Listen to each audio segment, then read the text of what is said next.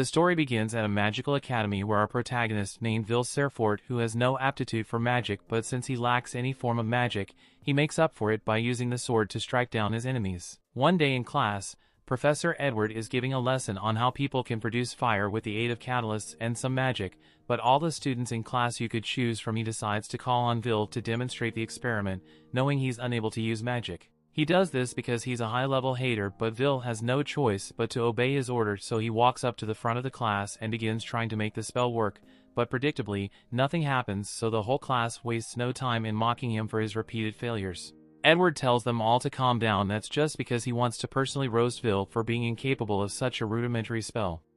Vil excels at magical theory, but he has no magical talent whatsoever, so Edward despises him for thinking he can attend magic school without any magic. One student in his class casts the fire spell for his seat to ignite the catalyst in front of Will, and while Edward isn't concerned for Will's safety at all, it would still be bad for his record if his student burned to death, so he asked Shounen to refrain from doing reckless things like that in the future. Shounen apologizes and says he was just trying to help a little since Vil obviously isn't going to be able to do the demonstration, but with that said, Edward concludes the experiment and begins a speech about how magic is supreme in this world, so people who have no talent for have no right to exist in this magic academy, and all this is said while making direct eye contact with Will. After class, Vil feels exhausted from all the hate he was getting, but people love hating on him, so Shounen follows him out of class to continue messing with Will. Luckily, there is still some people who are on Vil's side as Colette comes running to his defense. Shounen asks why Colette is defending Vil when she's an honor student and Vil is half a point away from dropping out of school, but she says that doesn't matter since Vil is the nicest person she's ever met and he works much harder than any of them ever have. Shounen is stunned for a moment, but then he begins laughing since no matter how kind or hardworking Vil is, it won't change the fact that he can't use magic, and Vil is certainly never going to become Magia Vander without magic. Shounen and his friends leave Vil alone for now after that, so while locking together, Colette tells Vil not to be bothered by what Shounen and Professor Edward were saying since they just did it to humiliate him, and Vil says it's fine since he really isn't able to use magic, and besides, he considers himself lucky since their hating made a cute girl like Colette want to hang out with him.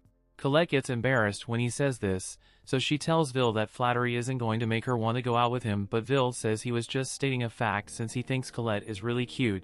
This gets Colette even more embarrassed and she nearly falls for Vil in the spot, so she pushes him away for a bit so she can think clearly and remain calm. She's technically a noble, so she can't let herself fall in love so easily. After regaining her composure, she looks over to Vil, but he is busy looking at the sky since it is especially beautiful today. Long ago, the people of this world lived in a constant shroud of darkness, in fear of the celestial host who ruled over them. However, that all changed when the 5 wizards against them joined forces to oppose the celestial and bring the light of the sky to everyone. These wizards tend to be known as the Magia Vander, and they are regarded as the epitome of magic, so no mages alive to date have ever been able to live up to the title. Colette wonders if the Ice Maiden Albizvina is washing over them right now, and Vil says he's sure she is because he knows for a fact that she is looking at them right now from her window at the top of the world. Back when Vil was younger, he had a childhood friend called Elfaria, and she would tell him all about the sun and moon she read about at Ser books. She was especially excited to see the sunset since it is supposedly really pretty, so she hoped they could become Magia Vanders together someday and see the sun together. Vil promised to become a Magia Vander with her, but while it may have just been a promise between children, Elfaria actually worked hard to make it happen, and soon enough, she had climbed to the top of the towers through all her hard work. In contrast, Vil had no talent at all to keep his promise, yet he is still trying his best to make it up the tower even if it is just a delusional dream. However, even with his rock-solid resolve, it doesn't stop him from crumbling like a cookie when he gets scolded.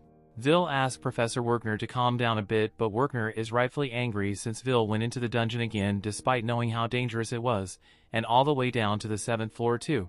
He's worrying Vil will end up getting himself killed at this rate, so Vil begs him for forgiveness, but he also asks if he can get his extra credit now. Werkner is still mad at him for going into the dungeon alone, and Vil was able to return with proof that he killed an evil guard, so he is awarded with 2 points of extra credit. Vil celebrates with his pet while Werkner does the paperwork ready, but as he does so, he asks Vil if he still hasn't given up on becoming a Magia Vander. In order to become one, Vil would first need to advance to a higher institute, and to do that he would need a total of 7,200 credits. Normally students would accumulate these credits in subjects like writing, practice, and spell work, but since Vil can't use magic, he will never earn any credits from still work. Vil is already aware of this, which is why you wanted to make up for it by doing extra work in practice, but Werkner has already explained to him that it is practically impossible to earn enough credits to pass through practice alone. Vil realizes his chances are slim, but he still wants to hold on to hope that he can fulfill his promise of becoming a Magia Vander. Any case, Werkner tells Vil that Magia Vander is a long way off and may not even graduate he doesn't start earning more credits. Werkner heard that Vil failed to earn any credits during his last exam, so unless he wants to flunk, he has to earn an additional 4 credits by the end of the week. Vil was shocked because that means he only has 2 days left before the deadline, so if no other options left, he begins searching his notes in hopes of finding a monster he can kill that is worth 4 credits. He is really desperate to find something, so while Werkner doesn't want to encourage Vil to go into the dungeon, he tells him about a Baskerville monster on the 6th floor of the dungeon, and Vil hasn't submitted that one yet, so he could get the required credits from killing it. Vil runs up to Werkner to hug him as thanks for all the help he has offered him, but Werkner tells him not to cling so tightly because he could put his job on the line. Unfortunately, Shounen happened to be outside Werkner's office during a whole conversation, so he knows that Vil is planning to go into the dungeon to slay Baskerville and is a true hater. He plans to head down there to kill it first so Vil won't be able to get enough credits to remain in the school. A while later, Vil arrives on the 6th floor of the dungeon, and he's in a pretty good mood since he's fought at Baskerville before, so it should be an easy win for him. His pet doesn't think it's a good idea for Vil to go into this with so much confidence, but Vil says there's nothing for him to worry about since as long as he is careful about the Baskerville's flame breath he won't get burnt to a crisp like last time, but in order to find the Baskerville, he is depending on Kiki to sniff it out. Meanwhile, Shounen and his friends are on their heading-ask mission to ensure that Vil drops out of the academy. His friends are equally hating on Vil, so they plan to kill the Baskerville first, and after that, they'll beat up Vil to send a message. They are all on board with the plan, but one of his friends asks if it is really safe for them to be this deep in the dungeon when only 3 of them here, but Shounen takes offense to the question, saying he is more than enough to keep all of them safe. The others let it go since they don't want to make Shounen mad, so Shounen keeps walking while continuing to internally hate on Vil. Instead, opinions someone who wasn't able to use magic shouldn't even dare to speak of the Magia Vanders, so the very sight of Vil offends him. Once they've gotten deep into the dungeon, Shounen turns around to brief his friends on what they need to do, but a second later, one of his friends gets punched so hard that he slams into a wall, and there's no way that dude survived this. Shounen remains calm as he faces the monster, but the other guy starts freaking the hell out. Vil hears the shrieks of the guy and he instantly realizes that someone must be in trouble, so he rushes over to help. He can't believe there are other people this deep in the dungeon, but from the sound he just heard they can't be too far away. As Vil arrives at the site of all the screaming, and he hides behind a wall and spots someone desperately shooting fireballs at the monster while pissing their pants. But none of his attacks are having any effect. That monster is an evil sentinel, and from what Vil knows is worth 10 points. Vil has never seen one in person before because the sentinel's habitat should be deeper down in the dungeon, so it makes no sense why it would come up to the 6th floor. More importantly, the person it is attacking is Shounen, and none of his spells are having any effect on the sentinel, so he doesn't stand a chance. The first thought that comes to Vil's mind is to go save Shounen, but then he takes a moment to think and comes to the conclusion he's been hitting on him since day 1, so why should Vil feel any obligation to save him now since no one would know? He just left him to die.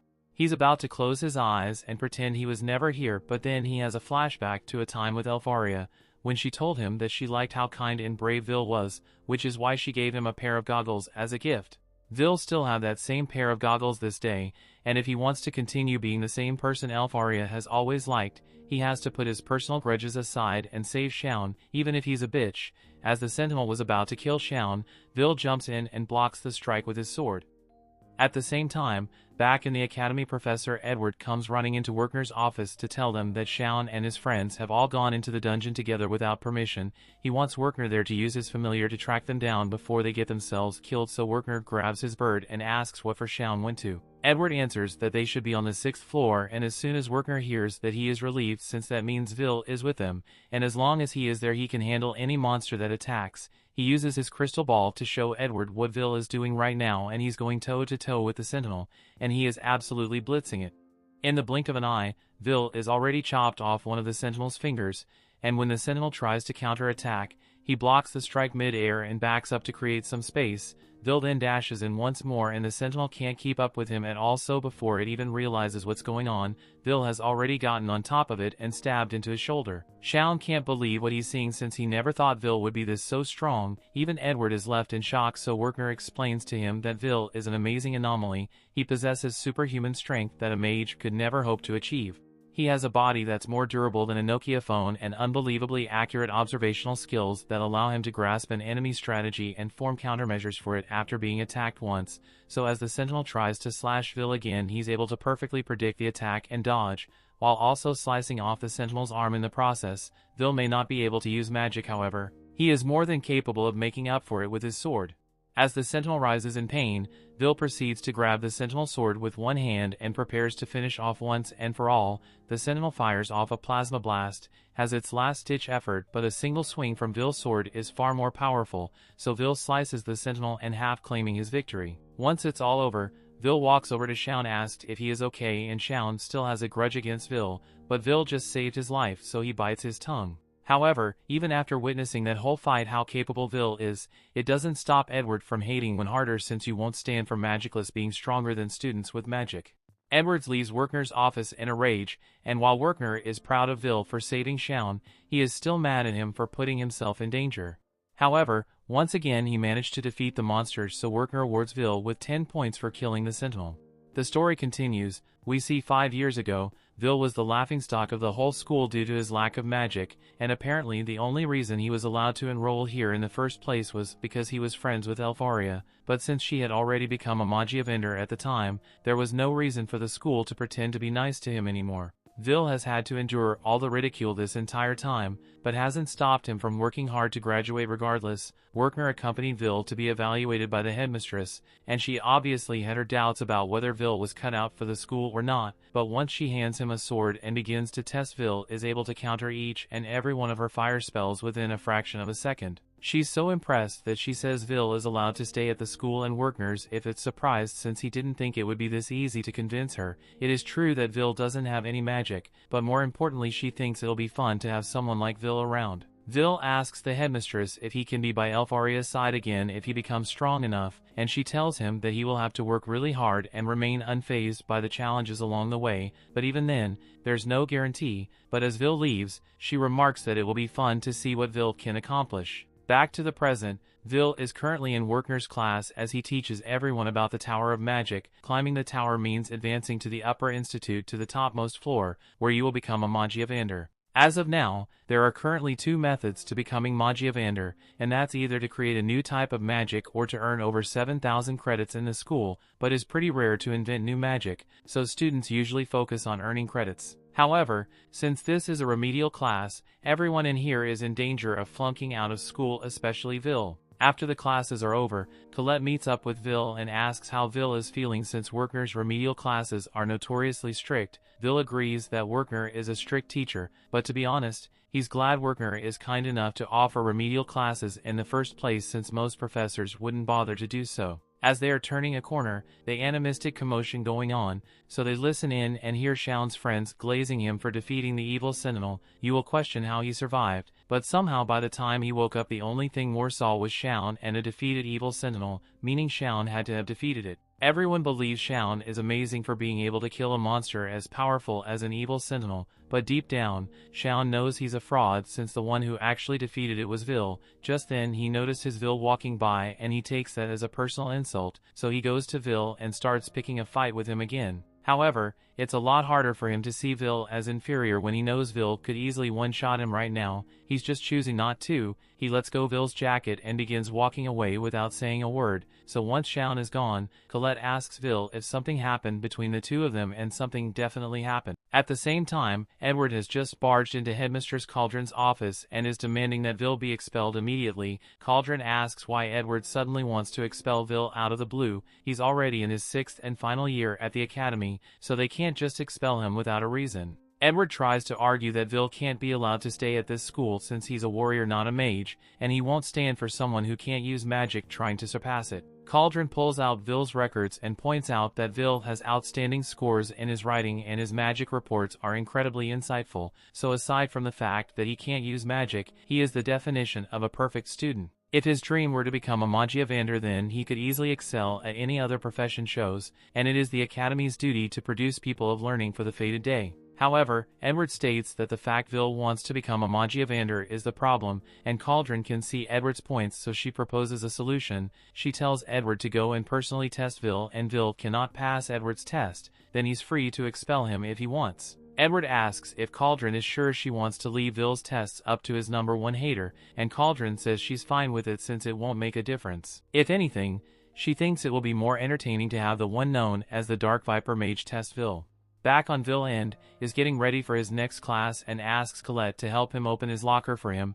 She happily does so, and he apologizes for having her do this for him all the time since he can't use magic. She says she doesn't mind, but then she notices Real Sword in his locker and asks him if he's still training with him. Vil says he is, but he couldn't get permission to use it while he's in school, and back in his dorm, his roommate wouldn't let him do anything dangerous. He and Colette later head to the library to study together, and Vil is taking it very seriously despite having already learned this topic before. Colette tells him to take it easy since he's already at the top of the class in writing, but Vil says he needs to keep studying his hardest since he can't afford to lose a single credit, and besides, he enjoys learning history from the perspectives of the other races. Especially since he can relate to the dwarves. They marched to war against powerful mages, but they never gave up in spite of the challenge. Just then, Colette notices that Vil has a white strand of hair on his head, and she says it's probably because he's overworking himself. She offers to pluck it out for Vil, and even though Vil says she doesn't need to, she still really wants to do it. However, in the middle of their flirting,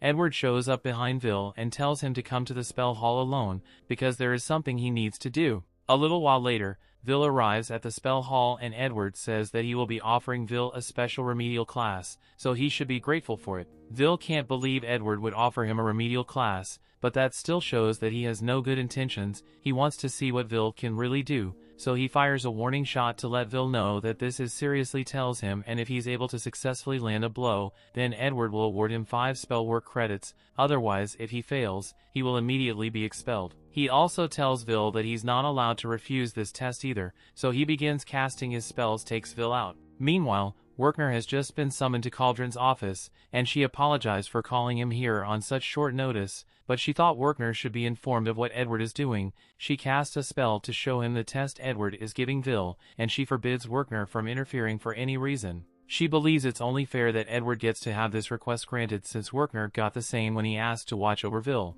Still, Werkner thinks it is too cruel to let Edward of all people be the one to test Vil because he's a man who nearly became a Magia Vander. He may have failed, but he still possesses power that is equivalent to one, so Vil is in serious danger right now. So far Vil has been able to avoid getting hit by Edward's spells, but Edward has only been using low-level black magic so far, so Vil can't believe how much power Edward is producing. Vil has to fight back somehow, so he tries to run up behind Edward and landing kick, but Edward is easily able to block it with a shield spell. The shield is too strong for Vil to break it on arms, and Edward calls and hopeless for thinking he could get through a magic shield with a kick. Edward then blasts him away, and Vil is starting to worry that there may be no way for him to win, as Edward is simply too strong for him to beat as he is now. Edward tells Vil that he will limit himself to 2 spells, one to attack with fire and one defend himself from Vil's crude attacks. However, even if it is only one attack spell, one who has mastered that one spell can outclass someone who has learned 1000.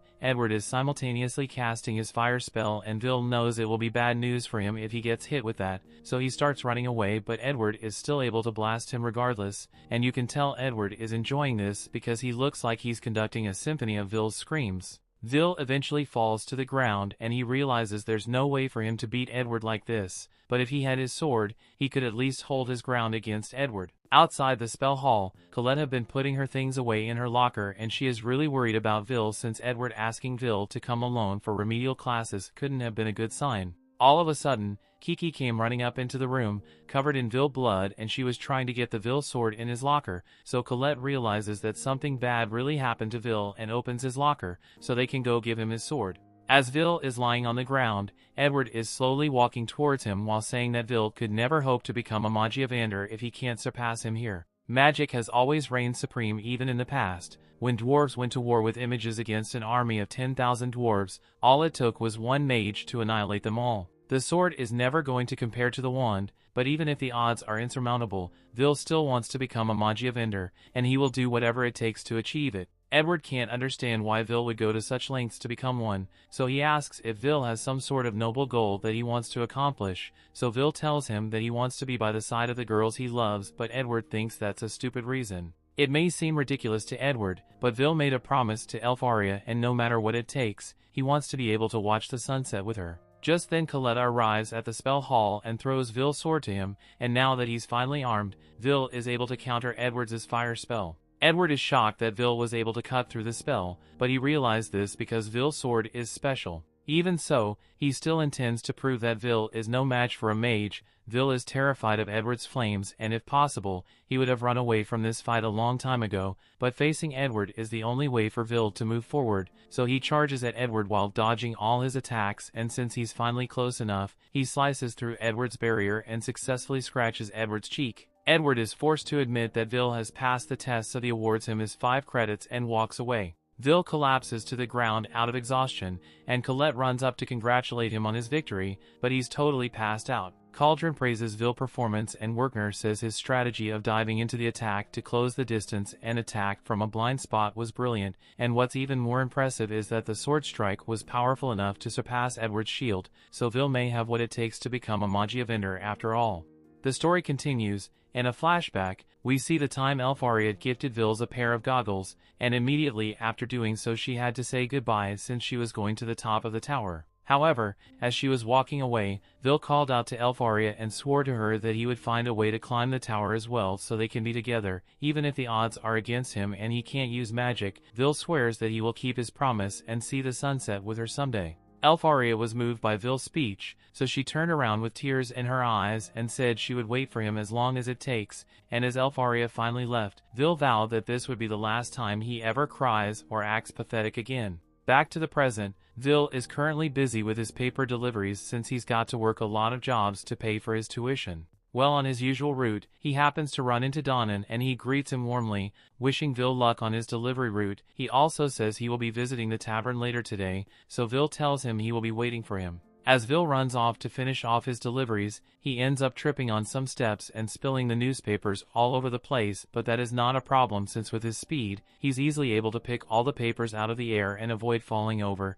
He happened to miss on newspaper, so he walks over to pick it up, but as he does so, he notices an article about Elfaria and how she's created yet another type of original magic. She's the first person to create 12 different original magic spells, and Vil is happy to see that she's still working hard up there, so she's going to work hard here as well. He's about to get moving again, but then he notices that there's another section in the article that says Elfaria has personally passed a request to the academy, and he totally freaks out over it. He immediately runs over to his dorm room and begins asking his roommate Rosti if he can help him make a magic item on short notice. Rosti asks what the huge rush is, so Vil tells him about the request Elfaria put in and he wants to be the one to handle it. He doesn't have any lessons today, so he's free to prioritize the requests and starts getting dressed. The job is to gather Frostwalker Ice cores since she apparently needs a lot of magic capitalists and all participating students are going to be compensated accordingly, so Vil just needs Rosti's magic items to help him. Rosti jokes that Vil is really straightforward his request, but he has no reason to refuse,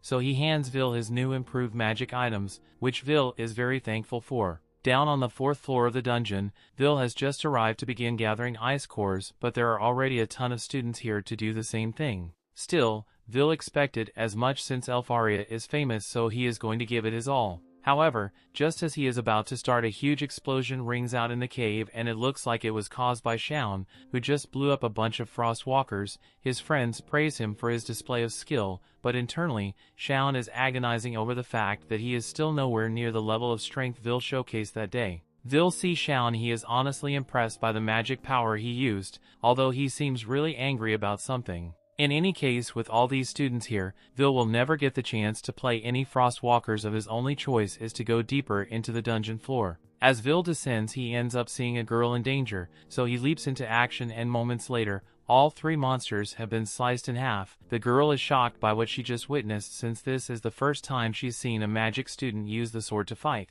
Vil asked her if she's alright, and after the initial shock has worn off, she says she's fine and introduces herself as Iris. We cut to a lecture with Werkner where he is talking about the great achievement of creating new magic. It is an accomplishment so grand that it warrants unconditional advancement up to the top of the magic tower, and new magic is usually named after the person who created it, or from words associated with them. For example, the dark magic spell Dax Darbicans that Edward used his name after a maze from ancient times called Fire Watchman Darbicans. So if any one of the students here manages to create new magic, they will be carving their names into history forever. A student raises their hand and asks Werkner if this means Elfaria is an amazing mage, and without a doubt Werkner believes that Elfaria is unbelievably good. Her magecraft is unheard of for a single mage to create 12 original spells by themselves, so in all the annals of his Troy she's one of the greatest mages to ever live. After hearing about Elfaria's accomplishments, Colette has to admit that she's every bit as amazing as Vil said she was,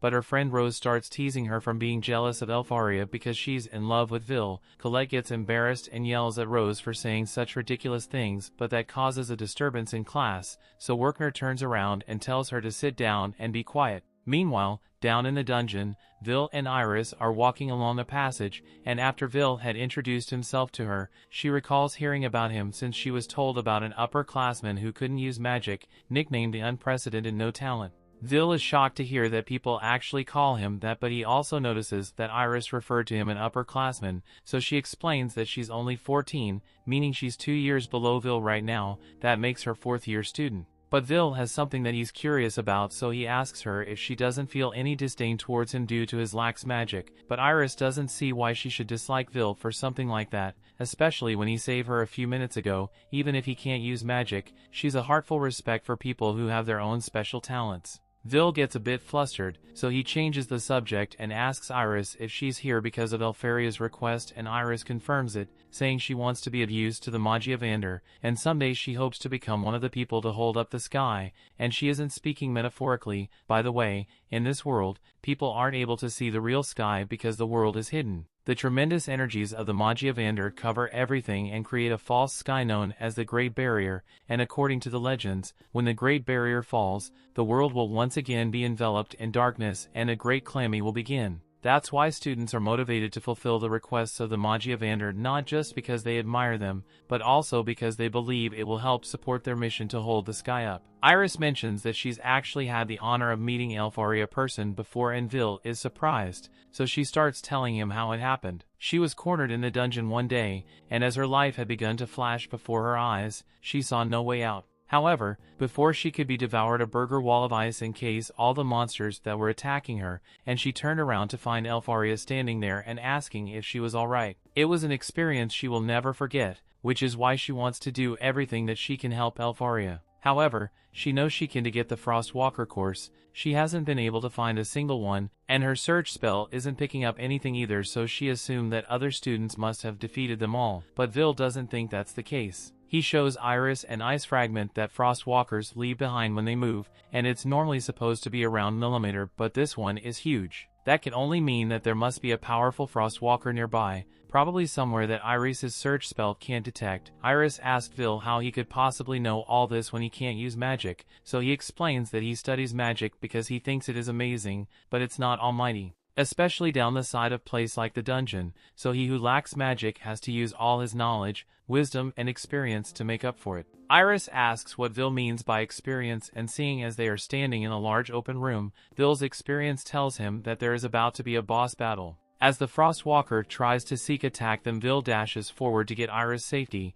and as she finally realizes what's going on, she identifies the monster as a Frost Rex. A Frost Rex is the highest form of Frostwalker, and it's worth 6 credits on its own, so it's basically the special boss monster of the 4th floor. The Frost Rex fires an ice laser towards them, so Vil jumps out of the way to avoid being frozen to death. He says Iris down and asks her to stay back while he handles the Frost Rex, but Iris warns him that physical attacks won't work against the Rex, as anything it touches will instantly be frozen. For that reason, close combat has been completely ruled out as an option, and it is generally believed that the only way to deal with it is with long-range magic attacks, but Vil isn't worried as he has a plan in mind to deal with the Rex. As it begins charging up another laser blast, Vil prepares the magic item he got from Rosti and charges forward at it. He evades the ice beam and lands behind the Rex before sliding underneath. The Rex can't keep track of Vil, so it begins firing in random directions, and while it's not paying attention, Vil uses the magic item to latch onto its body before dashing around the road to entangle it. Before long he has completely ensnared the Rex in wires, and Vil states that the main weaknesses of Frost Rex are fire magic and explosive attacks. So as the Frost Rex is about to fire another blast at him, Vil activates the magic item and causes the wire to ignite, leave all the way back to the bombs that were attacked to the hook and causing a huge explosion. The Frost Rex is reduced to a pile of rubble, so Vil retracts the tool and makes a mental note to thank Rosti for his help later. Iris is stunned at what she just saw, but then her true personality comes out and she remarks that Vil is far stronger than the rumors had led her to believe. She wonders how she should report her findings, but while she's thinking, Vil gets her attention and tells her they got on really good ice course so they can head back now, and Iris smiles in agreement to maintain her persona and avoid suspicion. A while later, Iris heads to the Wizard Tower, and as she's walking along the halls and taking off her disguise, she goes over what she learned from following Vil. He truly can't use magic, but he compensates for it in creative ways. That, along with his insane battle sense and experience, means that while he's not qualified to be a mage, he is an incredibly talented warrior. As she reaches the end of the hallway, she walks up to a huge door and opens it to meet with the Magia Vanders. She asks them for a moment of their time and apologizes if she is interrupting something important, but Carriot tells her that there's no need to apologize since they were just having a boring meeting for the sake of it, but the situation is still dire since if the sky barrier were to be breached now, the world would certainly be destroyed. The celestial host has been watching them from beyond the sky would overwhelm them instantly with the number of mages they have now, so they need to hurry and find more promising mages to aid the fight to come on that fated day, otherwise the calamity and the lore will come to pass, and they can't allow that to happen. They ask Iris have her observation mission when and if she happened to find anyone useful, and she confirms that she managed to find a promising person who could be useful to their cause. The no talent who can't use magic, Vil Serfort, and she recommends that he be inducted into the tower. Carriot and Eleanor are against the idea, but Zio thinks it could be fun, while Elfaria chooses to reserve her opinion on the matter. Zio honestly doesn't care who it is as long as they are useful, but Eleanor thinks it would be crazy to bring a magicless person here. They're about to start a fight over it, but Carriot calms them down and says they don't need to make a decision now as the Grand Magic Festival will be occurring soon, and they can just use those results to decide. The usual ones will naturally end up in the top positions, so Vil doesn't make it that he wasn't cut out for the tower. With that, they called the meeting to a close and all teleport themselves out, and with Elfaria being the only one left, she's happy to know Vil is still trying to keep his promise, so she says she will be waiting for him as long as it takes. The story continues. We see as part of the next test, the students have to participate in. They are all set to fight against golems, and if you manage to defeat one then you pass. Shounen and then Colette are up first, and then both manage to defeat their golems with ease. Meanwhile, Vil is struggling against his. Vil tries running behind the golem, and in order to land clean punch, as the students see him about to attack with his fists, it began mocking him for not being able to use magic, and this distracts Vil long enough for the golem to backhand him across the room. The students begin to leave after being satisfied by Vil's failure to defeat his golem, but on the other end of the room, there are a few students who are having no trouble with the golems at all. They're Lihanna and Wignall, and they both passed without a doubt, but there's one more student who walks up and begins casting ice magic. With the wave of his wand he sends ice cycle shards into all the golems, causing them all to be encased in solid blocks of ice. This is Julius, and he is one of the top 3 students of the academy, along with the other 2. Lihanna commends Wignall and Julius for keeping up with her and not slacking off, but the banquet is going to be starting soon, so there was never a reason for either of them to slack off. On that note, Julius says he would like to declare something war on them, and he will use his newly mastered ultimate technique to deliver their defeat when the time comes. As a token of this sincerity, he offers an ice rose to them, but neither Wignall nor Lihanna seem to be amused, although Wignall does seem to be looking forward to a face-off at Julius. These 3 are pretty much celebrities within the school because they are the only students who all have earned more than 10,000 of the total 12,000 credits. Some people think of credits as a reflection of a mage's capabilities, but Vil is nowhere near that level. Right now, he doesn't even have enough credits to graduate in the first place, and this is his final year in this school. As Vil is sitting there and wondering what he's going to do, Julius and his blazers walk up to him and begin insulting him for his lack of magic, and Vil just gets out of his way to avoid causing any problems. As Julius and the others leave, they'll hear them talk about the Grand Magic Festival and have realized it was that time of year already. Later that day during lunch, Colette comes up to Vil and tells him that his only hope of becoming a Magia Vander is to get scouted at the Magic Festival. Attempt to graduate based solely on his practice and writing isn't practical, and there have been cases of students getting scouted without having the 7,000 credits needed to graduate. The Magic Festival is a huge event that takes place once every 2 years. It holds several different events and draws in high mages from the tower, hope to scout promising talents. The festival is a place where the different magic factions fight over the right to recruit the best students, and it wouldn't be a stretch to say that admissions from the Upper Institute are decided during the festival. There are 5 factions: the Thunder faction, the All faction, the Fire faction, the Ice faction, and Mysterious Noah. All these factions, excluding Mysterious Noah, are led by the respective Magia Vanders, so they scout you to guarantee promotion. Vil doesn't think it's likely that he will be chosen since he's already failing, and for him to even get notice, he would have to have some kind of amazing magic that would put the high mages to shame, and while he's right about that, there are still other ways to get scouted. Colette has heard rumors that Watchers will come to look for talented students, but Vil thinks Watchers are just an urban legend.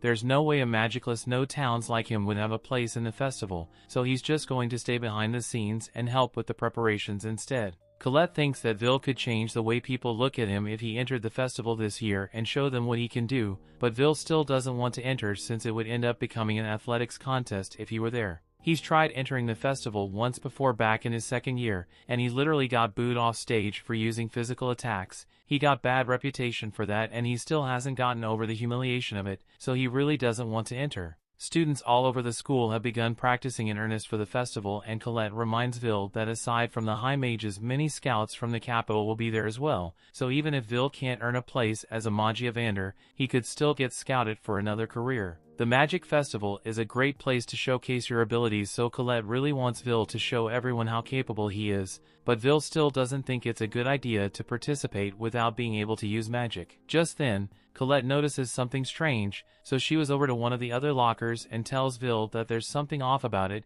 It's well hidden, but she could sense a barrier here. Vil asks if she is sure it isn't just a launching well for the locker, but Colette can tell that the barrier is made to block sound and obstruct view. Colette could break it with her magic, but that could be troublesome, so she asked Kiki to do it instead. Once the barrier is dispelled, they find a staircase hidden behind the lockers, which leads to a secret gambling ring. A bunch of students all gather here so they can place bets on who will come out on top the Magic Festival. Colette finds it deplorable that the students would turn their locker room into an illegal gambling ring. Then Vil notices Shaun standing across from them, and he's surprised to see him here, since Shaun doesn't seem like the kind of guy who enjoys betting. Shaun gets defensive and starts yelling at Vil to mind his own business, but Colette steps in and warns Shaun if he gets into a fight with Vil for no reason, then she will make sure he regrets it. Shaun calms down, so Vil asks him again what he's doing here. Since he doesn't seem to be participating in all the betting, Shaun doesn't feel the need to answer Vil questions, but it's totally not like he came here to see whether people are betting on him or not, and he definitely isn't upset that no one thinks he has a chance of winning even though he's the 4th best student in the school. Sure, the top 3 students may have slightly more credits than him, but Shaun's credit scores in the high 9,000s, and the only reason he ranks lower than the others is because he failed a writing test once. Since then, he has been working a lot harder to make up for the lost credits and catch up, but his magic skills are still on par with Lehanna and the others, so he is just as likely to win at the festival as any of them are, although he doesn't know why he is trying to justify himself to Vil. After that, the rest of the day goes on like normal, and once classes are over, Vil gets up to leave. Before he goes, Colette gets his attention and asks if he's free after school because she would love to hang out with him, even if it's growing into the dungeon together, but unfortunately Vil has work to do tonight, so he won't be able to spend time with her today. Later that night, Vil is in a Japanese restaurant on the outskirts of the city, and he's working as a waiter there. He brings a tray of food and drinks to Donnan, and Donnan feels bad for how hard Vil has to work all the time. He delivers newspapers in the morning, has classes during the day, and then has to work here at night. It's definitely hard,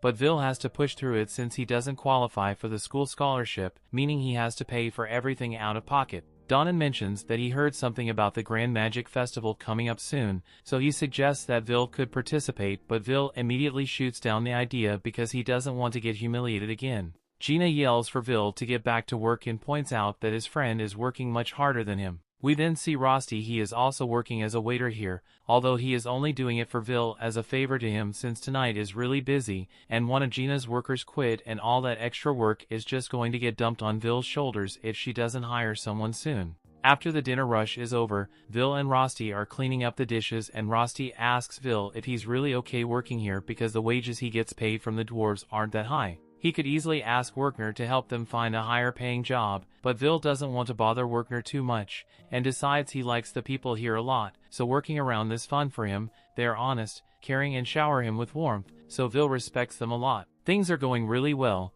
but a few moments later is all ruined as Julius walks into the restaurant just so he can be a hater. As soon as he steps in, the first thing he does is start insulting the restaurant and the dwarves in it. Julius then notices Vil here and begins laughing to himself, and a failure like Vil is only fit to be around barbarians like dwarves. This gets Don in his nerves, but the other dwarves that hold them back because they can't afford to get into a fight the mage. Julius begins threatening Donna not to try anything funny because he and all the other dwarves are just immigrants who fled here after the Celestials destroyed their world, and humans have been graciously allow his kind lives here without issue, so dwarves like him has no right to glare at Julius like that. Donnan calms himself down because he knows there is nothing he can do. Everything Julius said about the dwarves being refugees is true since they fled here after their world was destroyed, but even though the same thing happened with the elves, but dwarves are treated with contempt by the humans here, so if Donnan were to attack Julius for what he said, all dwarves in the city would suffer consequence for it.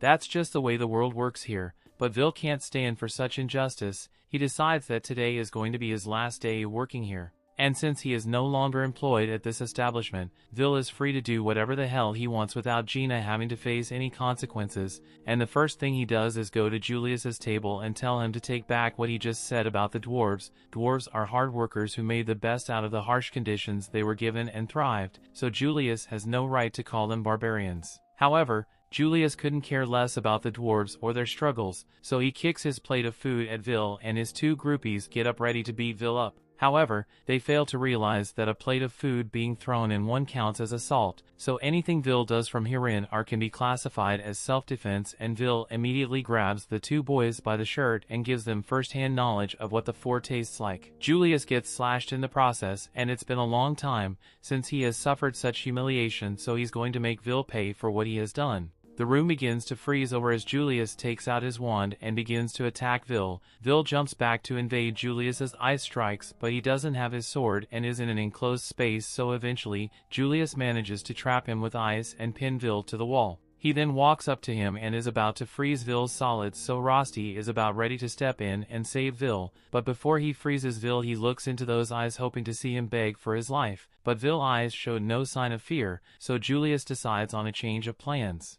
Instead of freezing Vil here, he wants to do it at the Magic Festival so he can fully humiliate Vil in front of the whole school. Vil agrees to fight Julius in the Magic Festival, and Julius says that if he wins he will have Vil kicked out of the school once and for all, but Vil just wants an apology from Julius to all the drawers he disrespected when he wins. The story continues. We see at the day of the Grand Magic Festival, and it's clear that everyone is excited to see what the students can do. The Fire Faction Scout tells his people to be on the lookout for a talented student since you can never tell who possesses the skill to become a Magia Vander. The first event involves the broadcasted dragon races, and Lihanna has been maintaining a strong lead over the other competitors for a while now, but that's not the only competition going on right now. As the spectators in the crowd are all eagerly watching to see the results, there are a fair number of recruiters here as well, both from the tower and outsides, and they are all interested in recruiting the best students the school has to offer. Lihanna unsurprisingly wins the dragon race in record time, so the next event is going to be Crown Attack, and it looks like Shounen is going to be participating. He is in a good mood since Colette personally came to ask for him to join her team.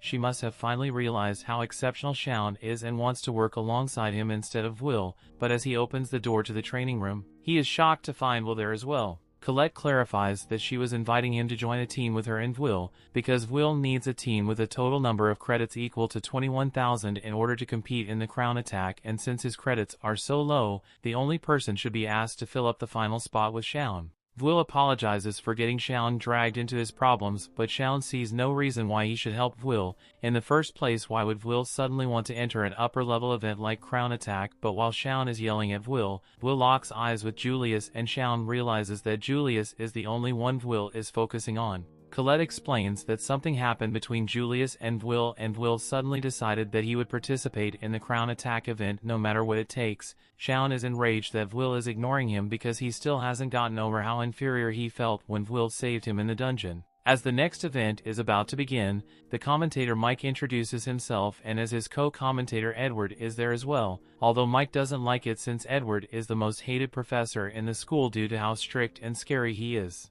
In fact, he's scared Edward might kill him before the end of the festival, but the show must go on, so Mike announces the main event of the day, the crown attack event. A spell is cast over the stadium into a whole battle map. There is a volcano zone, a marshland zone, a badland zone and a grassland zone and a woodland zone. Unlike the other events, the crown attack is a team competition held between 3-man cells. All the teams will start on the outer edge of the field and make their way here to the central stadium. At the center of the stadium, there's a giant crown and the first team to take it will win, but of course that is easier said than done since the entire playing field has been rigged with traps of all kinds. Going for the shortest path to the stadium is allowed and obstructing other teams allowed as well, so all the events this is sure to be the most brutal battle royale. Edward adds that the event was created to be a practical demonstration of how teams would handle a dungeon raid together, but no one's focusing on team coordination. They all want to see high-level battles between the top students of the school, and if there were an illegal gambling ring in the school, which is there totally isn't.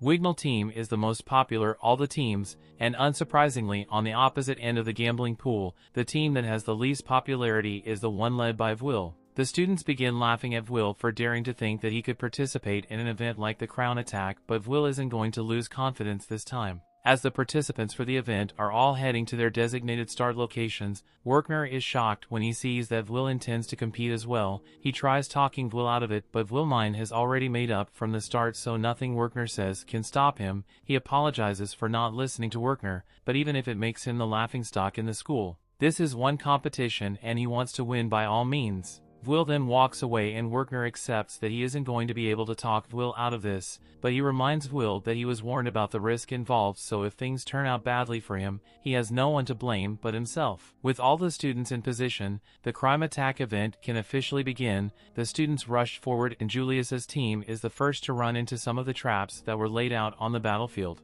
As they approach, the cubes engage and form an army of golems which stand in Julie's way. With so many golems in one place, this would easily become an insurmountable roadblock for many students. However, Will continues to charge forward at full speed and he's showing no signs of slowing down. The students begin to mock him for attempting to break through the golem swarm when he can't use magic and couldn't be a single golem during a praxis exercise. Will continues running towards the golems, and before he attacks he gives a signal to Colette, who then casts a spell to create a magic gauntlet for Will, and with it Will is able to absolutely demolish all the golems in his path. The jaws of all the spectators hit the floor as they all witness Will's capabilities, but Werkner already expected something like this to happen. So long as Will attacks using a magic goblet, then he can do a significant amount of damage even if he doesn't have his sword, and since Colette is the one who made it, then it's technically not against the rules either. Against every prediction and all the illegal betting odds, the first one to successfully make it through the golem horde is Will is going straight for the crown now.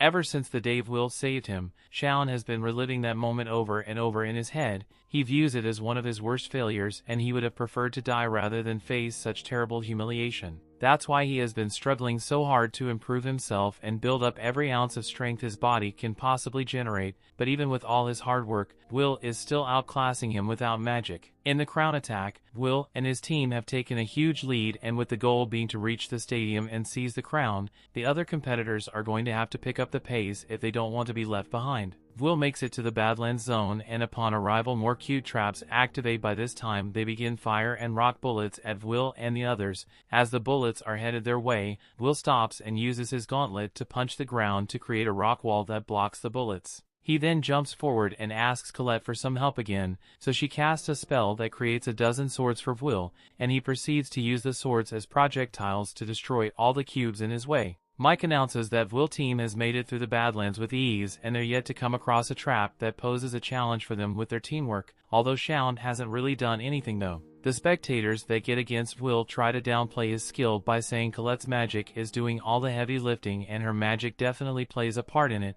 but the efficiency of the weapons in battle all comes down to Will's technique. The scouts are starting to take notice of Will and his amazing skill in detecting and countering traps, and as much as he doesn't like Will, even Edward has to acknowledge his hard work. All the time Will is spent in the dungeons has allowed him to minimize the inefficiencies in his movements, and his superhuman reflexes allow him to capitalize on the smallest openings available. One other team is frustrated that they are losing to someone who has no magic, but their hate for Will distracts them so much that they end up falling for Flower Trapped, so they get eaten alive, and another teams face similar issues with the traps laid along the path, but through all the brutal obstacles, Will still manages to keep the lead with his team. The turn of events has caused quite the uproar of the stadium, so much so that Julius can hear it all the way over here. He asked his teammates for an update on the current situation of the event, and Julius's teammates uses Detect spell to locate the rest of the competition. From what they are seeing, it looks like Will is currently in the lead by a large margin, so if they don't do something about him soon,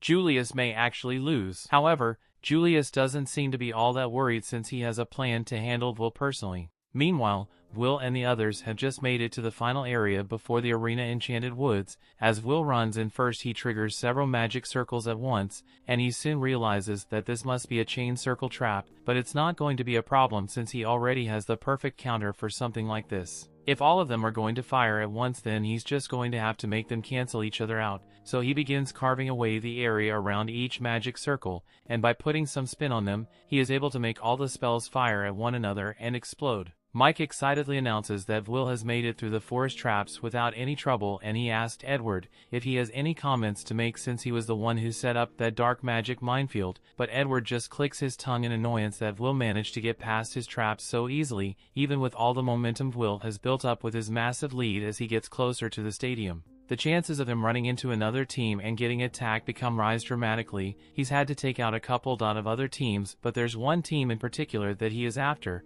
so Will intends to run ahead and set up an ambush for Julius. However, as he is on his way to secure the high ground for his ambush, the tables are turned on him as Julius fires an icicle straight at him. Will is alright since it didn't hit his body directly, but he can't understand how Julius could have possibly made it here before after the huge lead they had. On top of that, Julius is alone, so Will has to worry about the possibility that Julius's other teammates are hiding somewhere and ambush him. Julius begins to cast a hail of icicles at Will, but Will doesn't have time to worry about the possibility of an ambush and starts running away for now. He just needs to get serious and deal with Julius, but it looks like Shounen is getting serious as well as he begins the casting process for an unbelievably powerful inferno, but he seems to be staring at Will a little too much, so Colette warns Will that Shounen might be aiming for him.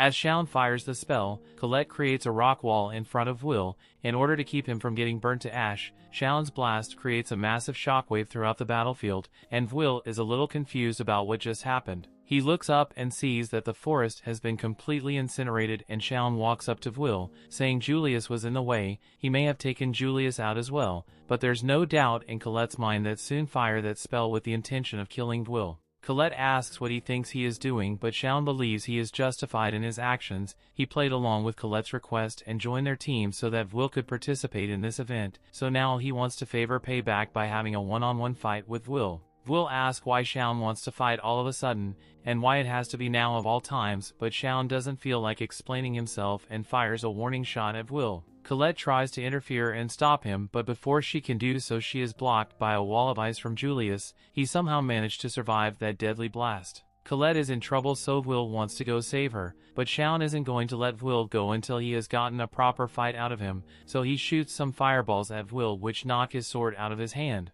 Will tries to reason with Shounen so they can do this another time, but she and his dad said on Friday him, so he tells Will to pick up his sword so they can have a duel, and with no other options Will agrees to face him. To Shounen, Will looked pitiful from the very first day he laid eyes on him, but at the time Shounen felt genuine sympathy for Will and all the bullying he was suffering, and he really wanted to help him, so he tried to convince Will to become his subordinate because that way no one would be able to bully him anymore. However, Will completely ignored him and kept walking around the corner. Shounen runs to catch up to him, but as he grabbed Will and told him to take the offer seriously, Will looks him dead in the eyes and tells Shounen to get out of his way. Shounen may have pitted at Will, but Will never pitted himself for a minute. Rather, he was always looking forward to his goal, and Shounen couldn't accept the fact that Will had rejected his kindness and ignored him as though he were a side character, so from that day forward, Shounen started to hate Will. Back to the present, Will is running amongst the trees in an attempt to evade Shaun's fireballs, but as he hides behind the tree, Shaun sends some homing fireballs which nearly hit Will and send him flying across the forest floor. B catches himself with his sword, but Shaun sends another flame attack in his direction, so Will is forced to use the sword to deflect it. And while he's distracted, Shaun catches him off guard with a fire whip which swings him around the forest, while eventually manages to cut himself free, but Shaun is right there to attack him with a devastating explosion spell. Luckily, Will diplexers well, but it's starting to get on Shaun's nerves that Will is doing nothing but evading when they are meant to be having an all-out fight. Will responds by saying he doesn't want to have to fight with Shaun here. The only reason he joined this competition in the first place was to get justice for Donnan and the other dwarves, so he doesn't have time to waste on a pointless fight with Shaun right now. Shaun is enraged that Will still isn't taking him seriously even in a situation like this, so he threatens to burn Will to ash if he doesn't start treating this like a serious fight. The crowd is shocked to see Shaun fighting Will when they are supposed to be on the same team, since something like this has never happened before. Mike asks Edward for his opinion on the matter, and Edward says it's disgraceful for students in the same team to be fighting amongst themselves, and given that the objective of the competition is teamwork, Will's team is sure to lose points with the scouts, but at the same time he seems really pleased that Shaun is messing up Will's chances of winning this event. Everyone in the crowd is shocked that Shaun would be short-sighted enough to attack his own teammate because of a personal grudge, and the scouts are definitely taking note of this behavior pattern. Rosti is worried about Will's safety, but he also can't help but feel intrigued to find out what's going to happen next anyway. As he is watching the anticipation, Iris approaches him and asks if she can sit next to him. Rosti seems to recognize her, so he says he's fine with her sitting next to him. So Iris takes a seat and immediately begins cheering for Will. Rosti is surprised she would go out of her way to support Will since she always looked like a mean person to him, and Iris admits that this out of character for her, but after she was introduced to Will, she couldn't help but feel captivated by him. Rosti can understand the feeling, but he's starting to get jealous that Will is so popular with the ladies and even Shaun as well, since he is technically fighting because Will never gave him any attention.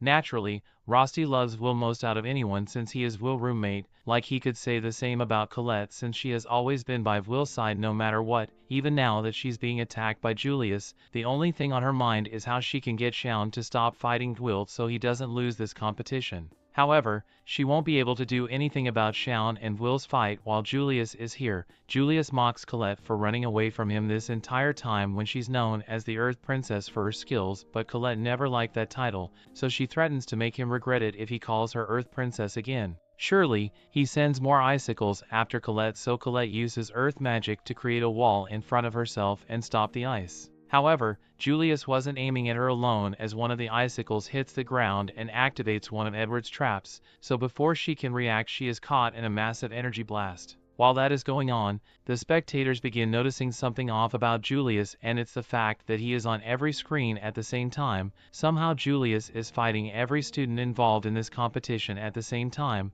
but the method he is using remains an absolute mystery. Julius also challenges Wignall's team, and Wignall is fine with the added challenge of facing Julius, but before they begin, he says he wants to return the ice flower that Julius gave him.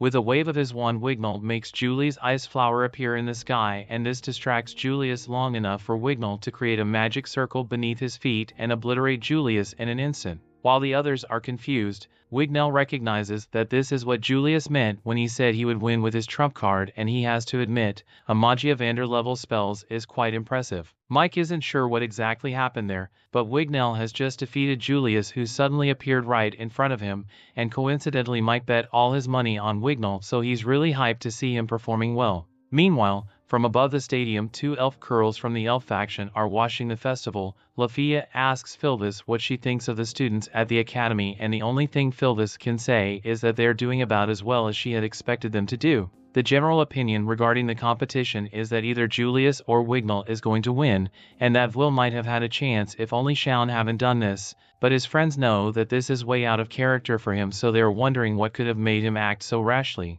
Lyral thinks he can understand why Shaun is doing all this, and it's not that he's trying to get Will expelled because he hates him, he just wants to prove something. We cut back to Will and Shaun's fight, and Will can't understand what he's done to deserve this much hate from Shaun. Ever since he enrolled in this school he has never done anything wrong, that he was relentlessly bullied by his peers for his lack of magic. He must aware that he was a flunky, so he never asked for recognition nor tried to be selfish, but people kept messing with him, which is why Shounen tried to help him. Will misunderstood it as another act of bullying and walked away. Back to the present, Will dodges another one of Shounen's fireballs, but the next attack Shounen has prepared won't be so easy to dodge. He summons a fire-hot guardian and Will is shocked because summoning the guardian is really high-level magic. Shounen sends the guardian to attack Will, and Will needs to think quickly to avoid getting burned, so he sticks his sword in the ground and leaps over the bird to slice off one of its wings, and immediately after he begins charging towards Shounen to attack him. However, the guardian regenerates its wings in an instant ambience, charging at Will from behind, so Will now has his attention divided between handling Shounen, who is attacking from the front, and defending against the guardian from behind. He makes its split-second decision, jumping out of the way of the guardian's attack and moving to sword to his other hand, so he can block Shounen's attack, but Will is still struggling to hold his ground against Shounen's flames. He eventually deflects the fireball, has left both him and Shounen winded. Back at the stadium, Edward is in shock at the level of skill Shounen just displayed because it is far above the level a student should be capable of. Not only was he able to use such a powerful fire spell at the start of the fight, but he can also flawlessly summon a guardian to aid him in battle. The scouts had realized that Shounen possessed such precise control over his magic, and it didn't line up with the reports they received about him, since all of his records saying that he was a decent magic student, but not outstanding as to be labeled as one of the school's top talents. However, something must have happened recently to make him improve this much. They'll need to prepare a new report for Carriot, since it looks like they found their latest scouting candidate. Will also realizes that Shounen has gotten a lot stronger than he used to be, but begins to yell at Will because he knows Will is still holding back against him.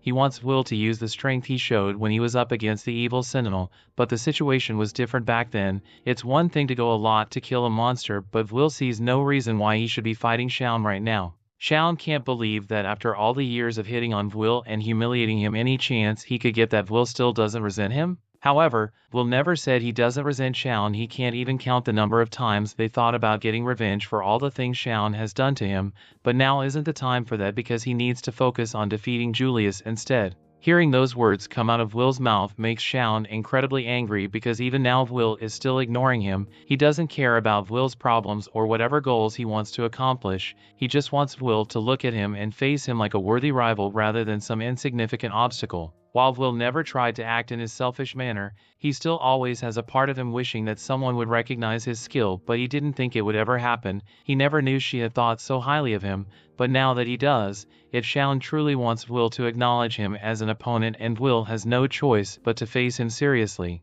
Shounen is happy to see that Will is finally taking him seriously, so he begins casting another spell. Will realizes that if he tries to attack now, then the Guardian is sure to intercept him, so he decides to wait for the moment when Shounen casts his spell to counter-attack. As Shounen finishes his spell incantation, he orders his Guardian to attack while he simultaneously casts a wide-range annihilation spell. This simultaneous attack would normally be unavoidable. However, Will already saw the trajectories of all the fireballs, so he dashes forward and skillfully runs in between the gaps and the attacks. He then leaps into the air and destroys the core of the Guardian, and with no more obstacles in his way, he charges straight for Shounen to take him out. Shounen expects it as much from Will, but he isn't out of defensive measures yet as he casts a last-minute fireball at Will. However, before the two could clash, Colette created a giant rock wall in between them. Both Will and Shounen weren't expecting this, and they fall to the ground, and as they look over, they see smoking mad Colette, who has had most of her clothes burned off. Will asks Colette what happened to Julius, so she answers that she bit into poop, but then he turned into ice and disappeared. Shounen is confused where she says Julius disappeared, but then he realizes something even more shocking.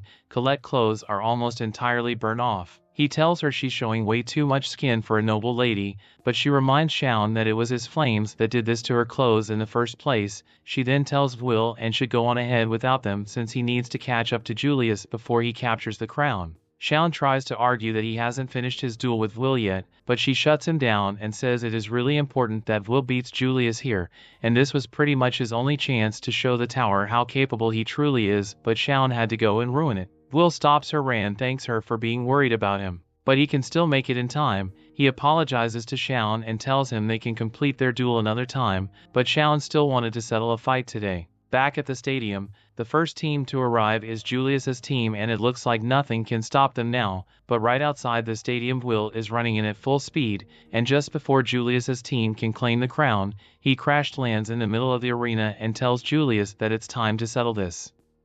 Up the wizard tower, Elfaria seems to be enjoying the peaceful day, but she's really just fast asleep. Sarisa the maid witches tells Elfaria would take her job as Magia Vander more seriously because she's always just staring at the world below. Sarisa has her look over the potential candidates that the scouts are recommending, and she points out one that they consider to be the Ice faction's best candidate. It's Julius, and he's causing quite a stir at the festival. Sarisa even thinks that he might become Elfaria's successor. Elfaria takes a look at the report and agrees that he could become her successor if everything stays the way it is. Back at the festival, the match reaches its climax as someone just needs to grab the crown. Julius is glad that Will was able to make it to the end because he wouldn't have been satisfied if he won without humiliating him first. Will tells him not to worry because until Julius apologizes for the dwarves, he has no intentions of backing down. Julius called Will a mouse that he's going to toy with, and he covers the arena in a cold mist. Will assumed that Julius is using the smokescreen to attack, but he quickly realizes that Julius and his team have surrounded him. They begin attacking, so Will decides that he has to keep moving so he doesn't get hit. He plans to judge their locations using their attacks, so he waits for them all to fire at him. Will determine where all three of them are, so he goes to attack one, but he's surprised by a fourth shot. Julius taunts him by calling him a laggard, and Will is stunned when Julius reveals that he and his buddies never even moved. The entire stadium is then just as shocked when they see that 4 other Juliuses have appeared. As if that weren't bad enough, Julius reveals that his clones also explode. He makes one of them blow up, encasing Will in ice. Edward has a terrified look on his face, as there's no mistaking that Julius is using a certain type of magic. Workner is horrified as well because Julius is using the secret arts discovered by the genius and unrivaled Elfaria. Elfaria created 12 spells and Julius has somehow learned how to use one of them. This spell creates copies of its user and will demand to know how Julius is able to use Elfaria's magic. Julius laughs like an absolute psychopath and reveals that his talent is simply what allows him to do it. He learned the secret art just by studying it on his own. Julius says that Elfaria isn't so impressive after all, and he declared that soon he will expose her for all to see. Of course, Will is infuriated to hear his girl talked about this way, so he shatters Julius's eyes and charges 8 at him. Will finds himself in a pretty tough spot though, as Julius's clones move exactly as he wishes, and they can even use magic. Will is startled when they all stop attacking and they form a cage around him. Will can't break free, so Julius taunts him and summons a giant ball of ice. He declares that this is the end and he crushes Will. The entire crowd is in awe of his immense power, and Edward points out that Julius was able to win the fight without even taking a single step. This is ideal for a mage, and it's clear now why Julius was able to obtain thousands of credits. Julius uses this moment to speak to the scouts, and he points out how impossible it is for him to be defeated after learning one of Elfaria's secret arts. Julius says that he will prove to them that he deserves to be Elfaria's successor, and the crowd erupts with cheer. Iris determines that Julius was just putting on a show for this scout,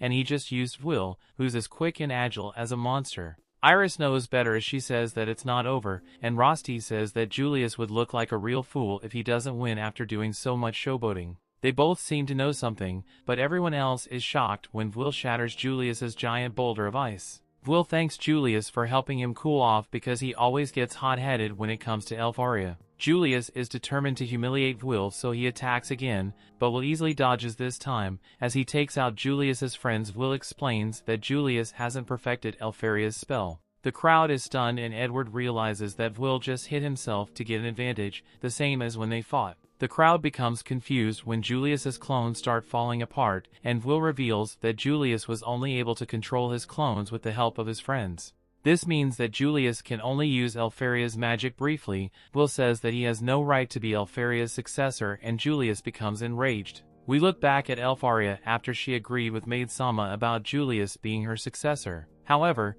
she says that it isn't a successor that she longs for. Instead, what she wants is a lone sword by her side. Will explains that while Guardians left on their own, the clones Julius was using must actively be controlled. Because of this, Julius had to rely on his friends, and it's clear that he's just a phony. The enraged Julius calls Will a no-talent as he attacks, but Will shows that he can easily defend himself. Julius is determined to prove Will wrong, so he once again uses Elfaria's magic. Will expertly dodges all the attacks coming from the clones, and Julius thinks about how we can control 4 clones at a time, but without his friends he's reduced to holding a defensive position. Julius is still confident that he could win though, because there's no way for Will to know which Julius is the real one. Of course, the fool is stunned when Will finds him, and blasts right through his ice wall to land an attack. Will explains to the startled Julius that the internal temperature of his ice clones made him easy to find. If the clones are controlled perfectly, the cold leaks out and ice crystals even begin to form at their feet. Julius begins to really lose his cool now, as he loses the rest of his clones, and he demands to know why Will know the spell better than he does. Will's answer is simple: he handled Elfara, his childhood friends. They were raised in the same orphanage, so he knows her magic very well. He admired it and studied it, but he could never catch up to her. This is why he knows all the strength and weaknesses of Elfaria's magic. Julius calls Will a no-talent one last time before he attacks, but Will is in complete control now. Will compliment Julius because up till now no one has been able to replicate Elfaria's magic. However, he makes it clear that Julius is nowhere near her level. This is because the clone spell that Julius can barely even use properly was invented by Elfaria when she was only 2 years old. Will exposes him for being a fraud, and Julius thinks about how excited he was when he learned the spell. Reality begins to sadden though, and he realizes that he was only on the same level as Elfaria was when she was a toddler. Julius has completely lost it now, as he laughs like a psychopath, and he uses his rage to create 8 clones at once. The crowd is amazed, and Julius says that he's not one to be underestimated. He has abandoned any hopes of having full control of the clones, and he plans to simply use sheer numbers to pound Will into the ground. Julius is sure that he will win now, but he just gets more infuriated when Will says that he used to battle against 10 Alpheas when they were kids. Julius begins his barrage of attacks, but Will calmly starts taking out each clone one by one. Julius keeps trying to get away, but things aren't looking so good for him as Will masterfully makes his way across the battlefield. Will launches his sword to finish off the last clone, and he uses a powerful punch to absolutely destroy the real Julius. The crowd goes absolutely wild as Mike points out that the no-talent Will has somehow defeated an elite with over 10,000 credits. Will's friends celebrate and Colette rushes to him. There is no one left to stand in his way, and all Will has to do now is grab the crown. However, just then Will is shocked that Wignall takes the crown first, and he says that he took his time while Will and Julius fought. This is just another swing of events in the chaotic match, but it's over now and Wignall is announced the winner of Crown Attack. Up to Tower Maid Sama tells Elfaria that the match is over. Elfaria is completely distracted though and asks if there's a spell that allows someone to change the past. There isn't, so she wonders if there is one to erase a person's memory. Maid Sama wonders what this is all about, and she's shocked to see the condition Elfaria is in. Elfaria was horrified to hear Will talk about how she used to beat him up in the past, and she explains that she was just trying to keep Will out to herself. Back at the arena, the angry Scion keeps being angry as he can't believe that Will even managed to defeat Julius. Colette rushes to Will and Scion vows to be the one to defeat him. Will apologizes to Colette for letting Wignall take the crown, but she is okay, and Will is just glad that he was able to keep his promise to the dwarves. The story continues. We see Will may not have won the event, but what's important here is that Julius took an outstanding L, so it's still a victory for Will, and all his friends gather at the bar, have a celebratory dinner. Later on in the night, Donnan asks if Will ended up getting scouted by a tower, but Colette says he didn't, and it was expected since not only did Will's team have an internal battle, but he also didn't actually win the event. Colette blamed Shaun for this, since Will could have won easily if he wasn't delayed by Shaun's tantrum during the event. Rosti asks where Shaun is right now, so Will explains that he did try to invite Shaun, but Shaun didn't look like he wanted to come. Donnan says it's fine even if he didn't get scouted because he won his fight with Julius and got him to apologize. Speaking of Julius, he is currently in the back washing dishes as part of his apology to the dwarves. He hates having to do this, but he lost of Will, so he has to keep his promise since he's a man of his word, even if it means working here for a while. Everyone other than Julius is having a good time, and Colette notices that Werkner seems to be worried about something. She asked him if he isn't enjoying the party, but that's not the problem. He didn't stop Will from entering the event because he saw how motivated Will was to win, but now that he has shown the entire school what he's capable of, Werkner is worried about how Will be treated from here on out. Colette had thought people would just treat Will better since they now know how powerful he is, but Werkner says it's never that simple. The next day at school, students have started getting ready for the all-student practice event, which entails a full week of dungeon diving. A lot of the students are worried about it and haven't decided on their parties yet, so as Vil is walking down the halls with Colette, he is approached by a couple of his classmates, and they nervously asked him if he will join their team for the dungeon raid. They saw how powerful he is, so they would like his help. However, before Will could respond, another set of students walk up and say they want Will on their team as well. More and more students begin arguing over who gets to team up with Will, and Colette now realizes that this is what Werkner meant when he said people would treat Will differently. Now that they know he's not a weakling, they all suddenly want to be friends with him, and she thinks that's really hypocritical. She gets in front of Will and yells at the other students for having the audacity to try to befriend Will now after all the bullying they put him through. She is sure Will must be angry about it as well, but on the contrary, Will has never had people act so friendly towards him, so he's just really happy that people actually like him now. Since Will doesn't seem to be mad about the bullying anymore, one of the girls tells Colette to stay out of this and let Will decide who he wants to go with. But just as she tries to convince Will to join her team, Colette smacks the girl's hand away and says she already has plans to go shopping with Will tomorrow. She said it in the spur of the moment, but later that night Colette is cringing at the fact that she accidentally asked Will out on a date. Her roommate comes into the room and teases Colette about having a date with Will tomorrow, but Colette screams that she didn't mean for it to be a date. Rose doesn't argue with her about it, but Colette is still going to go shopping with Will, so should at least prepares herself for it. Colette agrees and says she should at least put a good amount of effort, otherwise she would be rude to Will. Meanwhile, in Will's room, Will is currently up doing a bit of study, and Rosti decides to ask about Will's plans for tomorrow. There aren't any classes scheduled, so he asks if Will will be going into the dungeon again, but Will informs him that he actually has a shopping date planned with Colette tomorrow. She persuaded him to go, since he had to get his supplies ready for the all-student practice event anyway. Will doesn't think it's that big of a deal, but Rosti is clearly very jealous. The next day, Colette is sitting in the city square and nervously waiting for Will to arrive. Even if she asked him out unintentionally, she's going to do everything in her power to make sure this becomes a real date. Soon after Will arrives and says hello, he compliments Colette on her new dress and hairstyle, saying she looks really pretty, and this makes Colette a bit embarrassed. But before they can head off on their date, Rosti comes running. Colette has no idea why he's here, so Will explains that Rosti was really insistent on tagging along for the shopping trip no matter what, so Will decided to let him come. Rosti says it'll be much more fun with him around, but he just doesn't want Will to be alone with Colette. He goes up to Will and grabs his hand so they can start the shopping trip, but Colette is starting to question the relationship Rosti has with Will.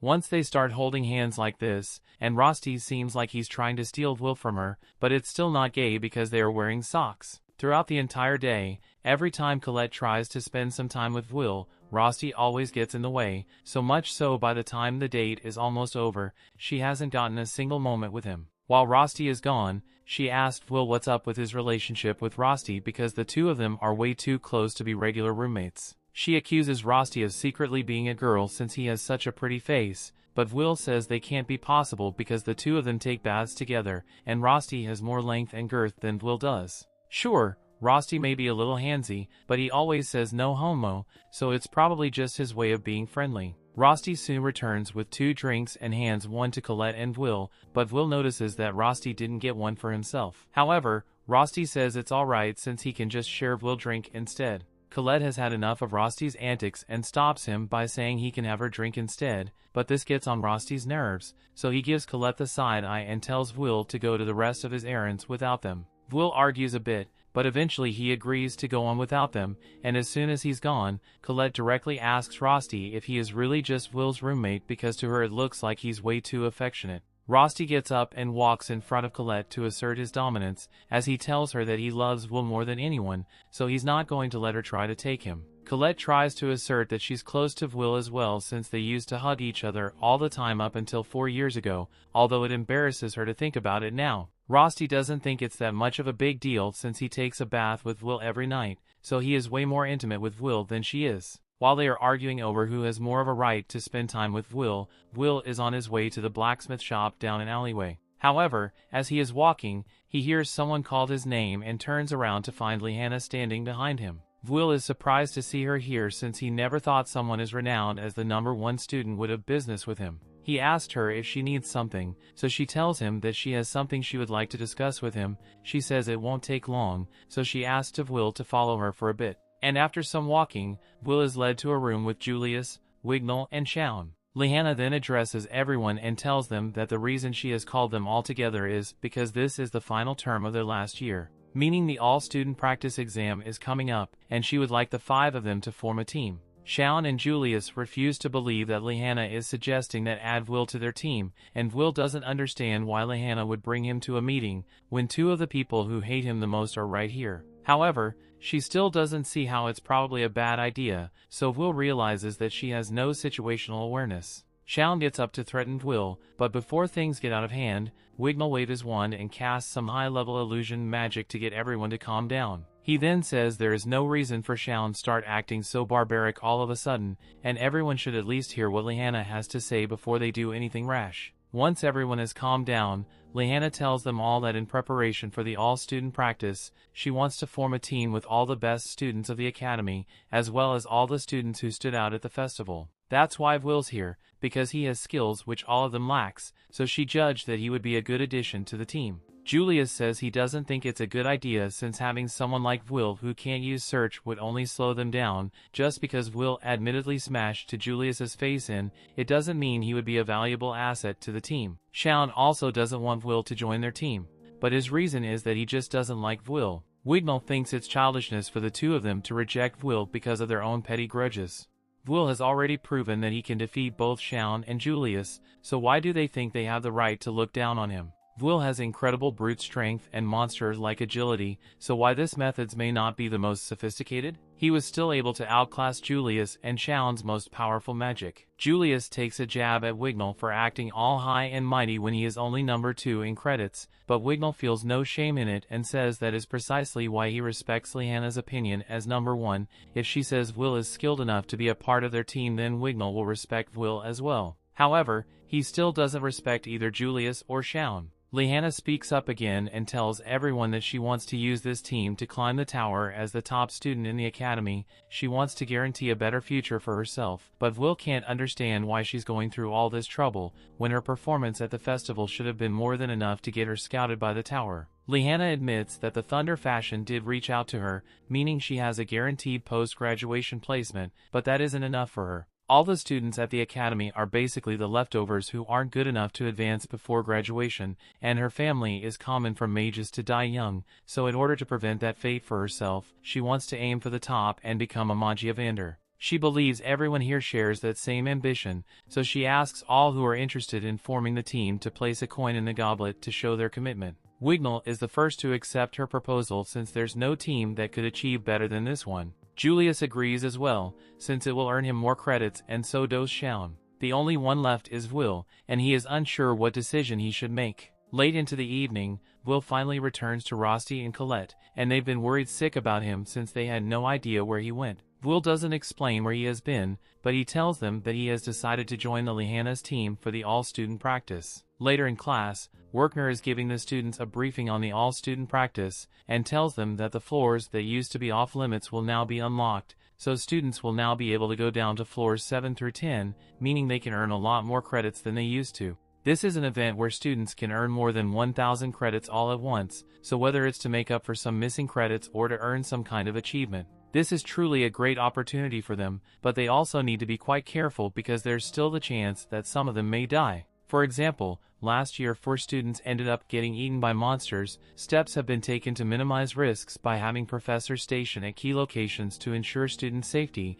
but that has never stopped people from finding new ways to get themselves killed. Later, Lihanna's team enters the dungeon, and for some reason Colette decided to tag along even though she wasn't invited, and when Lihanna pointed out, Colette gets defensive, saying she has to go wherever Will goes. Rosti also wanted to come, but since he's an artificer, he is required to stay at base camp for the entire duration of the exam. However, he still prepared a lot of magic items for Will, so that further delay the all-student practice exam begins. The story continues. We see Lord Carriot is informed of the commencement of the all-student practice exam, but he doesn't recall ever signing up to be the representative of the Magia Vanders, so he doesn't see why he should care. The messenger explains that someone has to do it, and frankly Lord Carriot is the only one who actually takes the job seriously, so he's the only option. Chariot resigns himself to the task, but he wonders why their king still has a return from his expedition when the barrier is on the verge of collapse. Back to the practice exam, Lihanna's team sprints into the lead as soon as the event begins, and Will is determined to get good results here and move up the tower to meet Elfie,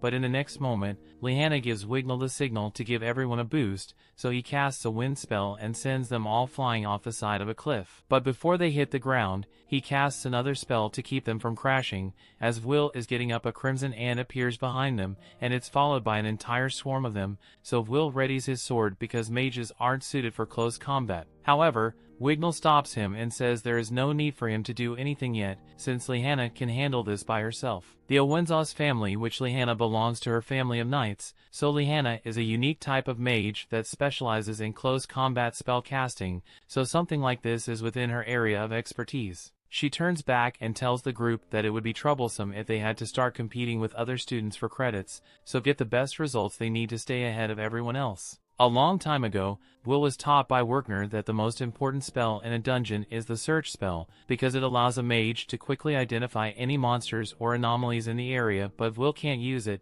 so by the time he realizes a monster has appeared, someone else has already taken it out. If things keep going this way, then he will never get the chance to actually do anything. Eventually, Will manages to defeat a monster, but immediately after Wignall casts a spell and defeats all the monsters in the area. He was the Lihanna's side about bringing Will along earlier, but Will is surprisingly useless when it comes to dungeon fights. Lihanna says Will just hasn't had the chance to display the full extent of his skills because these are all weak monsters, or maybe is just useless, but they'll have to just wait and see. Julia says that he warned everyone that Will would only slow them down since he can't use search, and he begins absorbing the magic traces from the monsters as proof of his kill. Mages are able to do this to verify their kills with the academy, but Will isn't able to do this, so he has to pick up monster drops in order to verify his kills with the academy, and it always inevitably slows him down. The group starts going on ahead without him, and Will has to run to catch up to them. Colette asks Will is alright, and he says he's fine since he already knew he would be a liability for the team, so he's just going to have to do his best to be helpful to the team in some way. At least that's what he wants to do, but as the team continues to progress through the dungeon, Will hasn't managed to do a single useful thing yet. By the time of day has passed in the dungeon, Lihanna says they should stop off now and take a break. The others are happy to get a chance to rest, but this place isn't exactly the safest place to be resting since there are a ton of monsters around here. Wignall says he can help with that and creates a wall of flames using illusion magic. The flames aren't actually hot, but the sight of a wall of fire is sure to keep most monsters away, so it's a good option for a male shift camp. Lihanna asked Will to distribute the food rations she gave in earlier, and Will hands them out to everyone, but when it comes to Wignall's turn, Wignall tells him not to come in closer because he doesn't want to touch Will at all. Elves will only ever touch people whom they view as worthy, and it's not personal, but Wignall kind of thinks Will is a beam, so he wants nothing to do with him. In fact, Wignall thinks everyone here aside from Lihanna is beam as well, since none of them have displayed a decent level of competence to him. Wignall's comments don't bother Will, because he knows elves have their own culture. Like the dwarves, elves come from another world that they actually have magic, so they are treated well here. They are known to be snobbish and tend to only associate with other elves, but they do indeed have more magical talent than most mages, and one of the Magia Vanders is even the Elven Queen, so they got a lot of influence. Once everyone is seated, Lihanna says she wants to discuss the plan one more time, and she reminds everyone that her ultimate goal here is to defeat Nebris, the boss that guards the 10th floor of the dungeon. It is worth over 110 credits on its own, and it's pretty common for students to die fighting it, so Lihanna wants to be well prepared for the fight when the time comes. Wignall is on board with her idea, but he is getting bored of having to eat monsters, so he suggests that they skip straight to the boss fight. Lihanna agrees with him and says they'll take the shortest route to the 10th floor in order to conserve magic for the fight, and they can continue hunting regular monsters afterwards. Will is pretty hesitant about fighting a floor boss,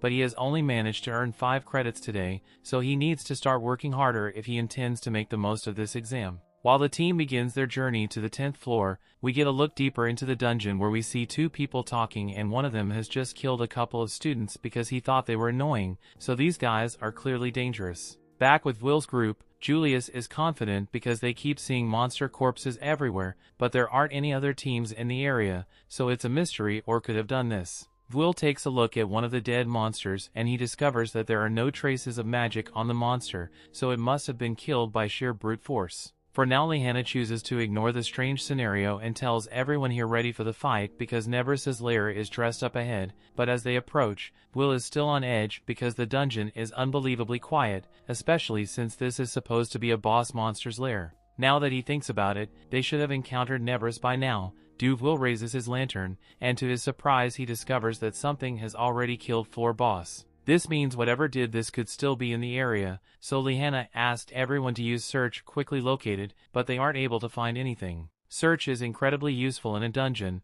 but it still has its flaws, such as the fact that it is really hard to detect well-made traps, and other mages who are able to use the counter spell hide, and on top of that some monsters are simply able to avoid detection by the search spell. Knowing this, Will locks in with his senses and he's able to hear a sound coming from above them, so he looks up and sees a terrifying monster about to hit them with a laser beam. He warns everyone to get out of the way, and as the blast is fired he does his best to delay the impact so the others don't get hit. And all the chaos, the monster sneaks up behind Wignall and he's the first one to hit one shot, but now that everyone else knows the monster's position, they all begin casting their attack spells to defeat it. However, before they can finish, the monster strikes the ground and causes the floor to collapse beneath them, sending all of them deeper into the dungeon. Will is the only one who is able to react to the situation, and since Wignall is still unconscious, he dashes over to him to make sure he survives the fall. Will and Wignall end up falling into this red area, and Will notices that Wignall's arm is badly wounded, so he would like to get him some medical attention.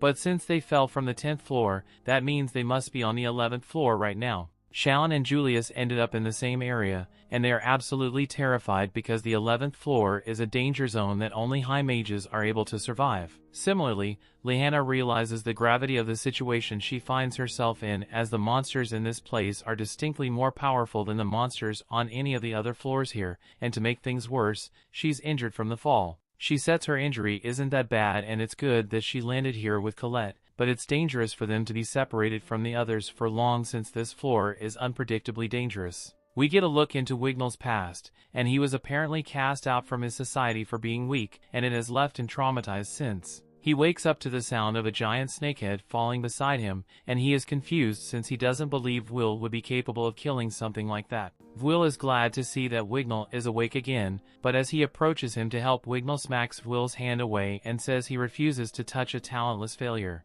Will tells him that he doesn't care if Wignall hates him or has some kind of prejudice towards him, but Wignall isn't going to last long like this if he needs to treat his arm. Wignall now realizes Will is right, but he says he will treat his arm by himself, so he just wants Will to bring the supplies to him. After Wignall is done patching himself up, Will starts thinking about the situation, and from every indication they are really bad.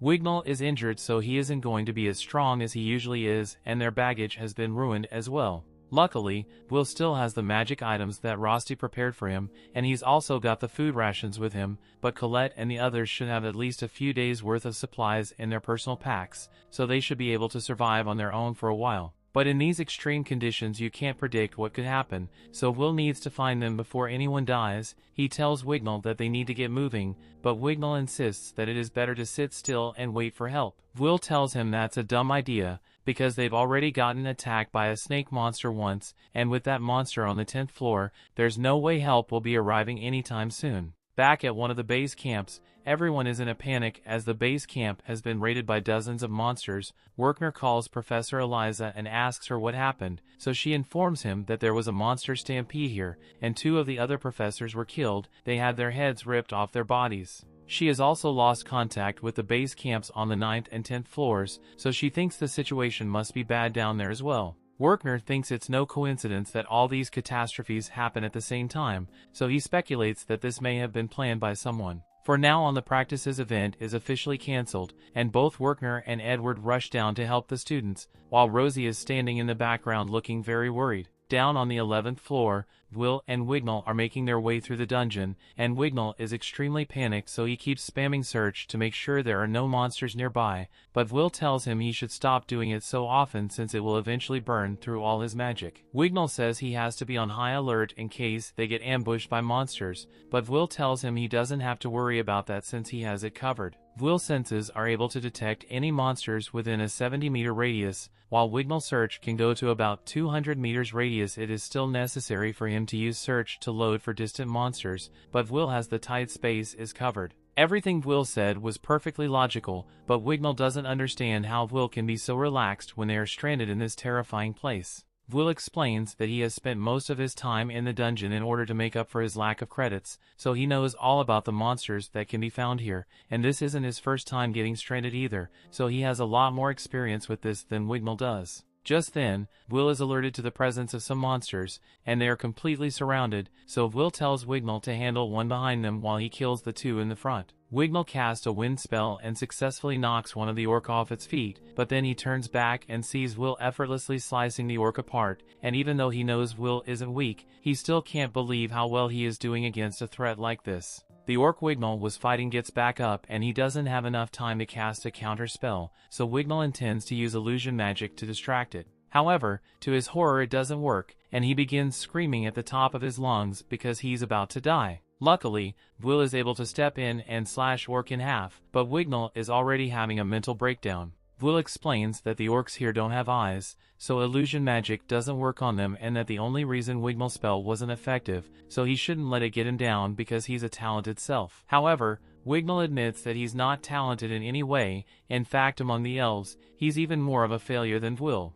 The story continues. We see all the elves that have come to this academy. Wignall are the only one who is still here after 6 years. All the other elves have already ascended the tower, and then all had only one thing to say to Wignall before they left. They called them a disgraced elfkind, and the reason is due to his illusion magic. Normally elf illusion magic is special because it is meant to give illusions physical forms. However, Wignall's illusions are nothing more than ordinary illusions, so people can't touch or interact with them at all. Will doesn't understand how Wignall can be considered a failure when he is one of the top 3 students in the academy, but the fact that he's still in the academy and hasn't ascended the tower yet means he is just the best of the trash that was left behind. Lihanna holds the same view, since regardless of your position within the academy, if one is truly talented, then one will ascend the tower one way or another. In the past 6 years, Lihanna has had to watch his talented people leave her behind, and that's when it's said in that she's not good enough for Tower to scout her. Even her title of number 1 at the academy is meaningless because in the grand scheme of things, academy is just a small pond and a vast ocean,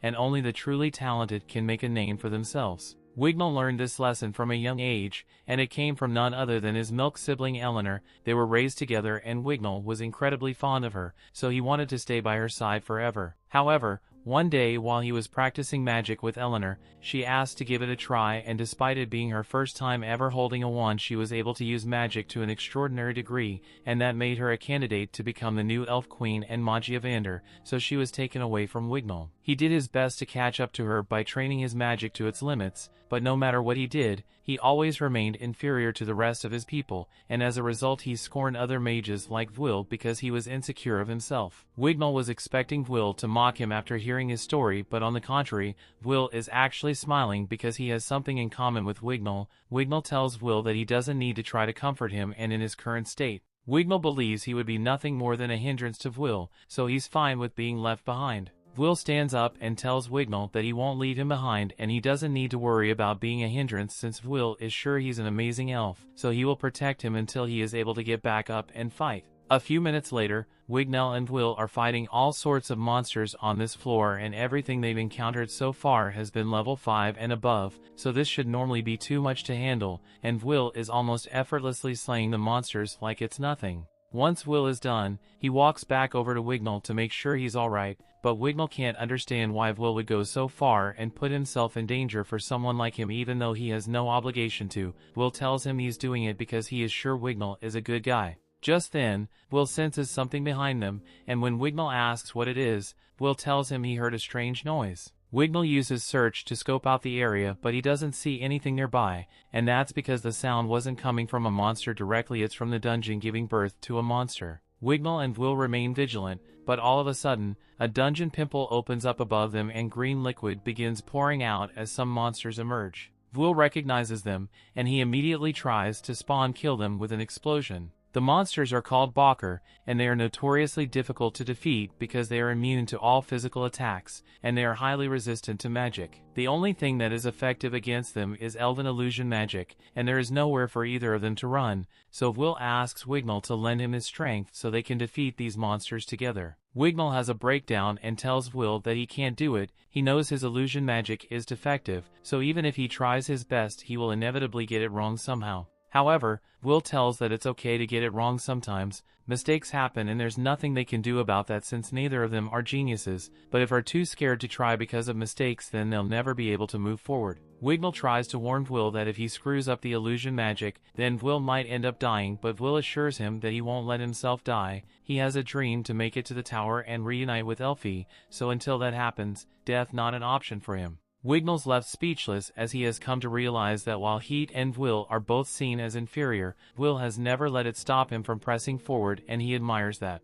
The Balker begin their attacks, so Will runs out to keep them distracted. However, his sword isn't able to do any damage, so Wignall really does need to get his act together and do something. He raises his wand and casts his spell and hopes that it works properly this time, but to his horror, his magic has no effect on the Balker, and he believes Will is going to die as a result of his incompetence. All the Balker aim their blasts at Will, but at the last second, Kiki comes to Will's aid and creates a shield to help protect him. Will yells that Wignall should just try again because he believes he can do it, and hearing the words "I believe in you" from Will means a lot to him. Even his own people have never believed in him, but that no longer matters to him because as long as Will believes in him, Wignall won't betray him and he definitely isn't going to give up on catching up to Eleanor someday. With the new burst of motivation, Wignall is finally able to properly cast his illusion magic and create a forest that destroys all the Balker. Will is happy to see that Wignall has finally succeeded, but as he turns around, he sees Wignall kneeling on the ground.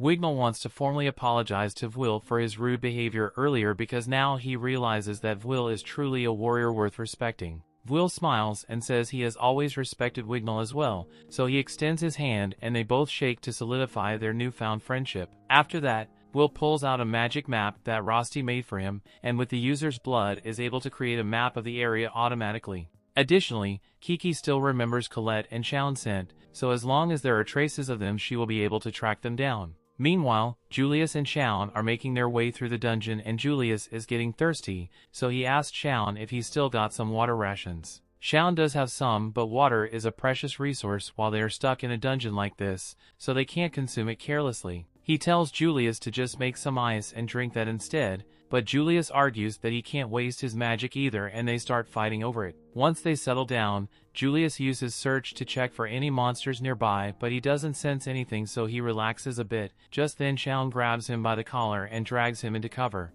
Julius doesn't understand why he's doing this, since the scan showed no monsters nearby, but Shounen points out that they've already experienced the flaw of the search spell firsthand. Some demons can avoid detection altogether, and as Shounen uses a heat-sensing spell, he is able to see the outline of an evil sentinel heading this way, and it's not just one and that there are dozens of them here, and that's not something that normally happens, so Julius thinks it was caused by the monster on the 10th floor. Shounen begins walking out to face the sentinels and asks Julius to create some clone to distract them, but Julius tries to warn him against it, since there's no way they could survive a fight against so many sentinels at once. Shounen isn't backing down though because the reason he got humiliated by Will was because he couldn't defeat an evil sentinel back then, so he needs to prove himself that he is strong enough to handle them now. At the same time, evil sentinels are attacking the base camp on floor 7, and the students are in a panic frenzy, but just before one gets squished to death, Professor Edward uses his magic to behead them and save the students. He orders everyone to retreat to the 6th floor and then Werkner comes flying in on a sky racer to take Edward deeper to the dungeon, so they can rescue more students. Luckily, most of the students did not reach the 8th floor before this incident occurred, but there is one team that did. Lehanna's teams had already made it to the 10th floor and were on their way to defeat the 10th floor boss, so Edward is worried they won't be able to locate them in time since the 10th floor is really big. However, Werkner says he knows exactly where the team is since Kiki is with Will and Kiki's gemstone is linked to the one in Werkner's hand. On Colette and Lehanna's end, Colette is leaving some stones behind so they can retrace their steps, and as they keep going Colette asks how long it has been since they got here. Lehanna answers that 16 hours have passed since they got stuck on the 11th floor, and they are almost out of food and water.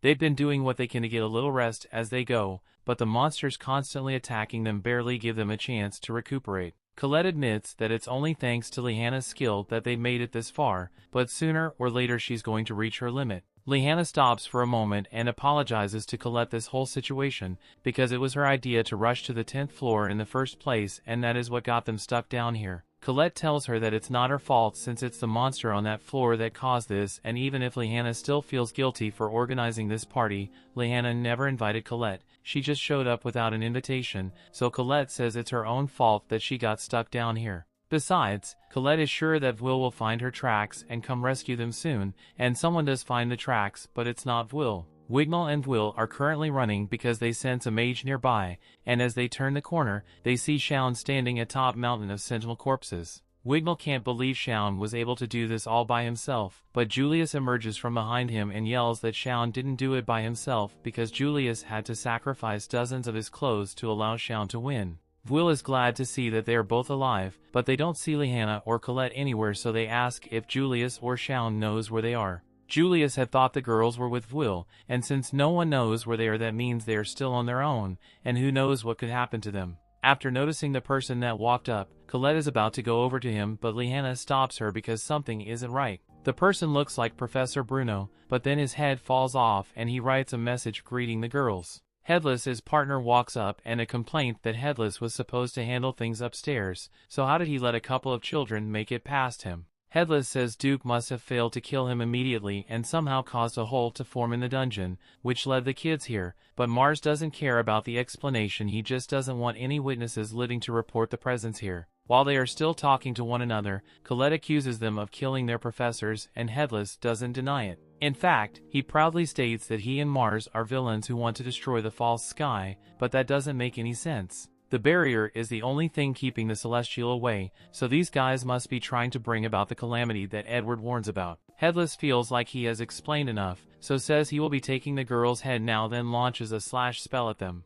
Luckily, before they could be decapitated, Will comes down and blocks the slash. He and the others manage to find Colette thanks to the trail she left behind, and he doesn't know what's going on here, but he charges at Headless to buy some time for the others to make a plan. However, Headless blasts him before he can get close and sends Will flying. Headless is really enjoying himself and says he would love to add them all to his head collection, but Mars drags him away and says they still need to go finish their job, so instead, Headless opens a teleportation gate and tells Duke to handle the kids instead. Before long, the monster they faced on the 10th floor teleports in, and there's no way out this time, so the team either has to face it head-on, or retreat further into the dungeon, and after Duke fires an energy blast that nearly kills them all, the choice is clear since none of them are equipped to face this thing right now. Will tells everyone to retreat into the passage behind them, but Wignall stays behind so he can stall Duke. He begins casting his illusion magic and creates an expansive root wall to block Duke's path. However, that does absolutely nothing to stop Duke as he just tears through it with brute strength. Now Wignall is dangerously close to the monster, so Will has to run in to drag him out of the way before he gets blasted to smithereens. Coincidentally,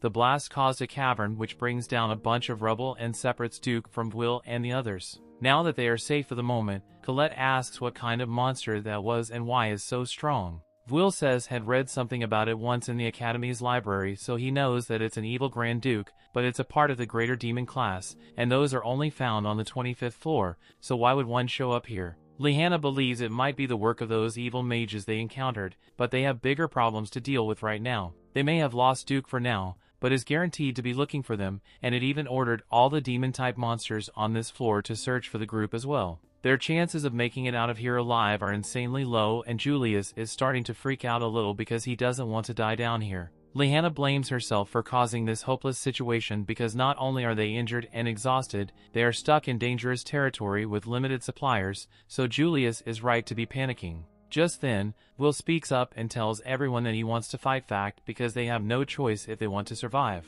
The demons could cover a territory that spans several floors, so getting past them normally is practically impossible, but if their leader is defeated it will become disorganized, and that will give the group their chance to escape. Julius thinks Will's plan is totally reckless since he doesn't believe they can take down the Duke by themselves, but Will says he has a plan in mind. He will force anyone to participate if they don't want to. Julius clearly expresses his discontent because he doesn't want to follow orders from Will, but Wignall says he will trust whatever plan Will has in mind. Colette and Shounen say the same thing because they know how knowledgeable Will is when it comes to dungeons, although Shounen still doesn't like him. Wignall turns to Lihanna and he knows she doesn't have complete faith in Will, but Wignall has come to appreciate Will's capabilities, so he wants her to trust his judgment. Lihanna agrees and tells Will that she will put her full trust in him, so he is now the team leader and they will follow whatever orders he gives. Julius isn't on board with the idea of Will leading the team because there's no way they can win just by following Will's lead, and Will agrees with him, which is why for the plan to work, Will need Julius to lend him his strength. As an ice mage, he is the only one who can replicate Elfie's magic, so Will wants to teach him one of Elfie's secret techniques to help make the plan work. A little while later, we see Will running across the dungeon or to lure in the Duke, and once the Duke is within range, Julius begins casting a spell from the ledge. The Duke immediately fires a blast to kill him, but it turns out to have been a clone, and several other clones continue casting Julie's spell. This is what Will meant when he said there's a secret trick or Elfie's spell. Normally, the spell incantation's interrupted, then has to be started over, but if one of the clone is destroyed in the middle of casting, another one is able to continue the incantation. This way you can buy enough time to cast an advanced spell which would normally be impossible to pull off. Julius is pulling off right now, but maintaining all these clones is really difficult for him, so he hates how he got stuck with the hardest job here. All the clones have been destroyed, so Julius runs out of cover to complete his spell, so Will tells the others to do whatever it takes to slow the monster down so Julius can complete his spell. Colette, Wignall, and Shounen all fire spells at the Duke, but it remains completely unharmed. Will has warned them that the Duke's wings were indestructible, but they still need to slow it down somehow, so Will runs in and tries to slash one of his wings. He manages to push the dude down a bit, but he ends up getting shrugged off as well. Neither magic nor physical attacks will be able to do much damage, but that's fine since all they need to do for now is to act as a decoy until Julius can finish his spell. Will and the others continue to work together so they can keep the Duke busy, and eventually Julius is able to complete his spell, so he launches a massive icicle bombardment at the Duke. Julius is exhausted, but even after using his ultimate spell, he only managed to injure the Duke with it. Will less expected an outcome like this since the monster is incredibly strong, but even if it was able to survive Julius's spell, the damage it sustained should be enough to make it vulnerable to Lihanna's close quarters attack, so it's all up to her now. Lihanna darts around the room and she's able to get within striking range of the Duke, but when she goes in for the killing blow, she ends up getting stopped by a barrier. It's an automatic one that was probably placed in the Duke by one of those evil mages, and unfortunately, the slight moment of delay caused her to lose her window of opportunity, so the Duke counterattacks and Will is forced to run in and get Lihanna to safety. He can't outrun all the blasts, so he calls on Kiki to put up a shield to protect him and Lihanna, but Will's gobbles end up getting destroyed, and he's about to get hit with one of the blasts. Meanwhile, Werkner and Edward are still on their way to the 11th floor, so they can save the students, but Werkner can't believe what he's seeing because he doesn't understand why a Grand Duke showed up on a floor like this. But neither of them can do anything about it until they get there, so they just have to hope the students can hold out until then. After Will got hit, Wignall uses magic to catch him and Lihanna, so everyone rushes over to check on them. Lihanna says she's fine, but Will took the brunt of the attack, so she's more worried about him. Will definitely looks shaken up, but it's more so shocked from the fact that the goggles Elfie gifted him have been destroyed. The Grand Duke is slowly breaking its way out of Julius's ice, so Shounen suggests they should get ready to attack again. However, Lihanna tells everyone that they need to run away. She wants them to take Will and go while she holds off a monster for as long as possible. She may not be able to buy that much time, but she's willing to sacrifice her life if it helps everyone else survive. Colette tries to talk her out of it, but Lihanna blames herself for not being able to finish off the Duke, so she feels the need to make up for it like this.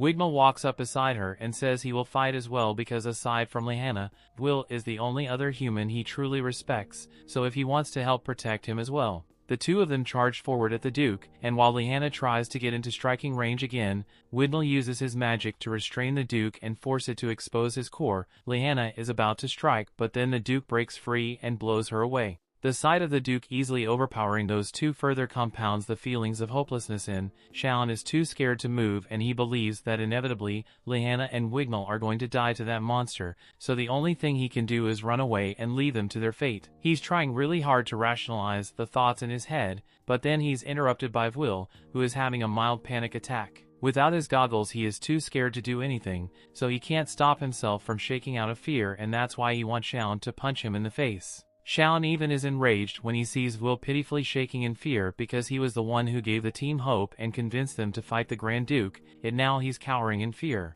Shounen begins beating on Will and blaming him for everything that's happening, and Will just lets it happen, but eventually he regains his composure and thanks Shounen for his help because he's able to move again. Shounen is confused to see Will smiling when he was in a state of terror just a few moments ago, but Will just goes to pick up his sword and asks Colette to watch Kiki while he's gone. Shounen can't figure out how Will got over his fear so quickly, but Colette corrects him and says Will is still terrified, he's just fighting in spite of his fear, like he always does. Shounen doesn't believe it since he has never seen Will still fear before, but he has no idea what it's like to fight with a sword. As a mage you are able to comfortably attack your opponent from a distance, but when he fights for the sword, he is forced to put his body on the line against an opponent that far stronger and bigger than he is. Who wouldn't be scared to do that? When it comes down to it, Will is even more afraid of running away or losing people that are close to him, and that's why he continues to fight. Colette tells Shounen that she's going out there to join Will in the fight, and Shounen is upset with himself for even considering the option of abandoning the others.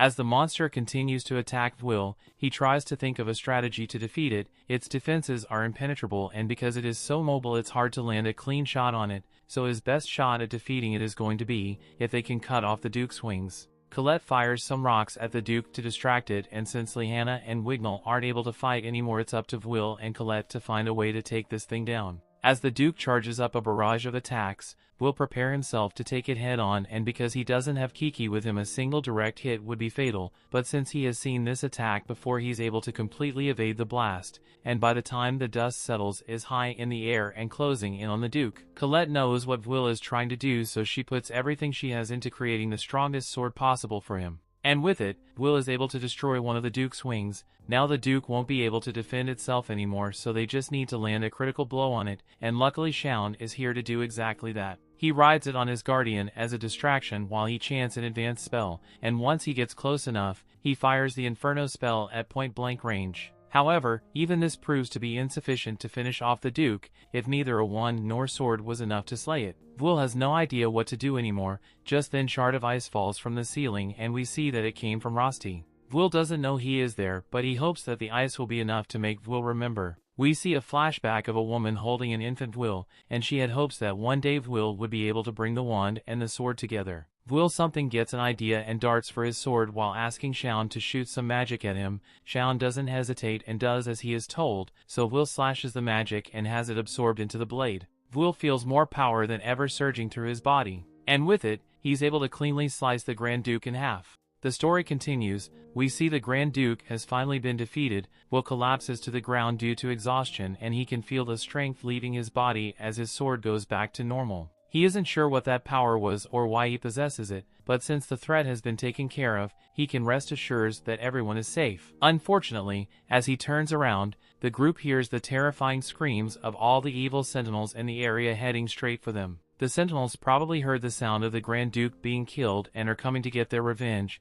but no one in the group has any strength left to fight with, so they are completely defenseless against these monsters. Werkner and Edward see the sentinels attacking the team, so they try their best to get there in time to help, but they are too far away to make it before anyone gets hurt. Julius is the first one to get attacked, but before the sentinel can harm him, a staff is plunged into the ground and dozens of magic circles appear around the sentinels, and with a single spell, each and every one of them is vaporized. Will recognizes it as a high-level annihilation spell, but he wonders who could have possibly cast such a powerful spell, so he looks up into the surprise. He sees a bunch of men in white robes. Werkner and Edward arrive soon after, and they are shocked as the leader of the white robe people removes his hood and reveals that he is Aaron Old King. He is the king of the Magia Vanders and consequently the most powerful of them as well, but what could he have been doing all the way down here? Will takes a look at the others in his party, and it looks like they were returning from a dungeon raid deep in the lower floors, so they just happened to be returning from a campaign and ended up here. Aaron tells the children that they have fought well, and they all begin celebrating their survival, but while everyone was focused on Aaron's, Will was more interested in the baggage carrier and a black robe. The boy seems to know something about Will's nature. This is the first time they are officially meeting, so he walks up to Will and introduces himself as Finn. Meanwhile, elsewhere in the dungeon, the evil mages are glad they decided to leave the kids to Duke because even if Duke lost, they managed to retrieve the artifact they were after, and it would have been really bad if they accidentally ran into Aaron out there, and now that they got what they came for, things are surely going to get a lot more hectic. In the days following the dungeon incident, a funeral is held for all the people who died during the practice exam. There were 11 fatalities in the incident, all of which were professors who fought bravely to protect the students they were in charge of. The academies tried investigating the people behind the incident, but no leads have been found so far. Will and the others are recovering in the infirmary and they are still wondering who those two evil mages could have been, but the only information they have is that they are deviants with enough strength to easily murder academy professors, and aside from that they know nothing. Colette is still having a hard time believing that Bruno and the other professors are really dead, and if Aaron hadn't shown up they would most likely all be dead as well. Even so, Lehanna reminds them all that they are still alive despite the circumstances they found themselves in. They managed to make it out without losing a single one of their teammates, and Lehanna is proud to say that they all made a good party together, and she is deeply grateful that she got the chance to fight alongside them.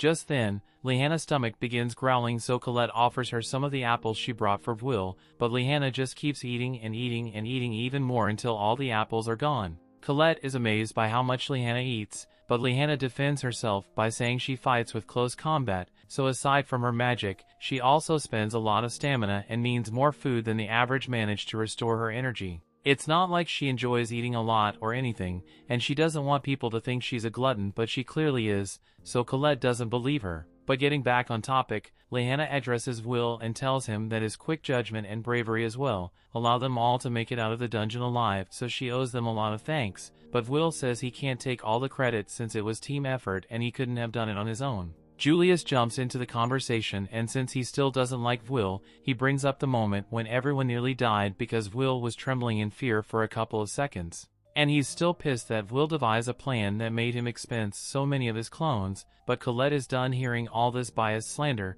so she starts the apple in Julie's mouth to shut him up. Ignoring the possibility that Colette might kill Julius like this, Shounen asked Will about that power he displayed back in the dungeon. Colette also been wondering about that since she has never seen Will do anything like it before. It appeared like the sword took Shaun's spell in, but it was different from a regular enchantment, so it isn't clear if it even counts as magic to begin with. Once Julius is finally able to talk again, he begins yelling at Will again for not using that power earlier since it would have saved them from getting into that dangerous situation in the first place, but he gets cut off for Kiki starts scratching his face up. No one helps him, but Shounen does agree with his points since that power could have saved a lot earlier, so he asked Will for an explanation. However, Will is just as confused as everyone else since he can't remember much about it. His mind just went blank and then he just knew what to do. Colette suggests that Werkner and the other professors might know something about Will's power, so asking them might be their best chance to find out what power was. Will recalls the boy he met down in the dungeon and he's so really curious about him, so he asked if any of them knows something about him.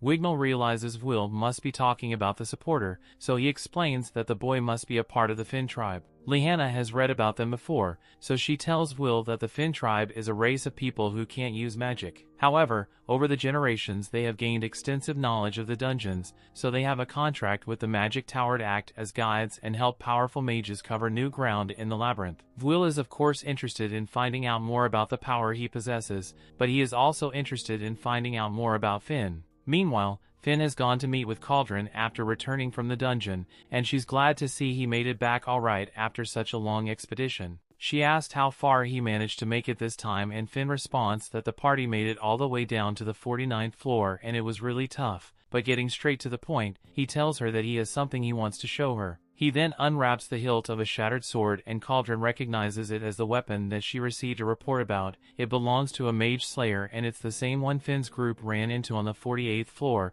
His group immediately clashed with the mage slayers, but in the process 20 of their high mages were killed. They eventually managed to take care of all the mage slayers, but Finn believes that the mage slayers weren't spawned naturally by the dungeon, and that means their enemies are likely conducting experiments down in the dungeons. They began by collecting materials from deep in the dungeon, and then, by combining different pieces, they created this weapon. Aaron has ordered Finn to go back into the dungeon to investigate, so Finn wants to leave the sword in Cauldron care so she can analyze it. Cauldron apologizes for Finn having to work so much after he just got back, but Finn says it's fine since there are bad guys working in the shadows, so he needs to do his part. But that aside, there's something else he wanted to discuss with Cauldron, so he takes his seat on her desk and asks why she didn't tell him anything about Will. They had a deal that wands were her business, but swords are meant to be his territory, so he wants an explanation. Cauldron agrees that Will would normally have gone to Finn, but Will is a student at the Magic Academy, and he intends to become a Magia Vander someday,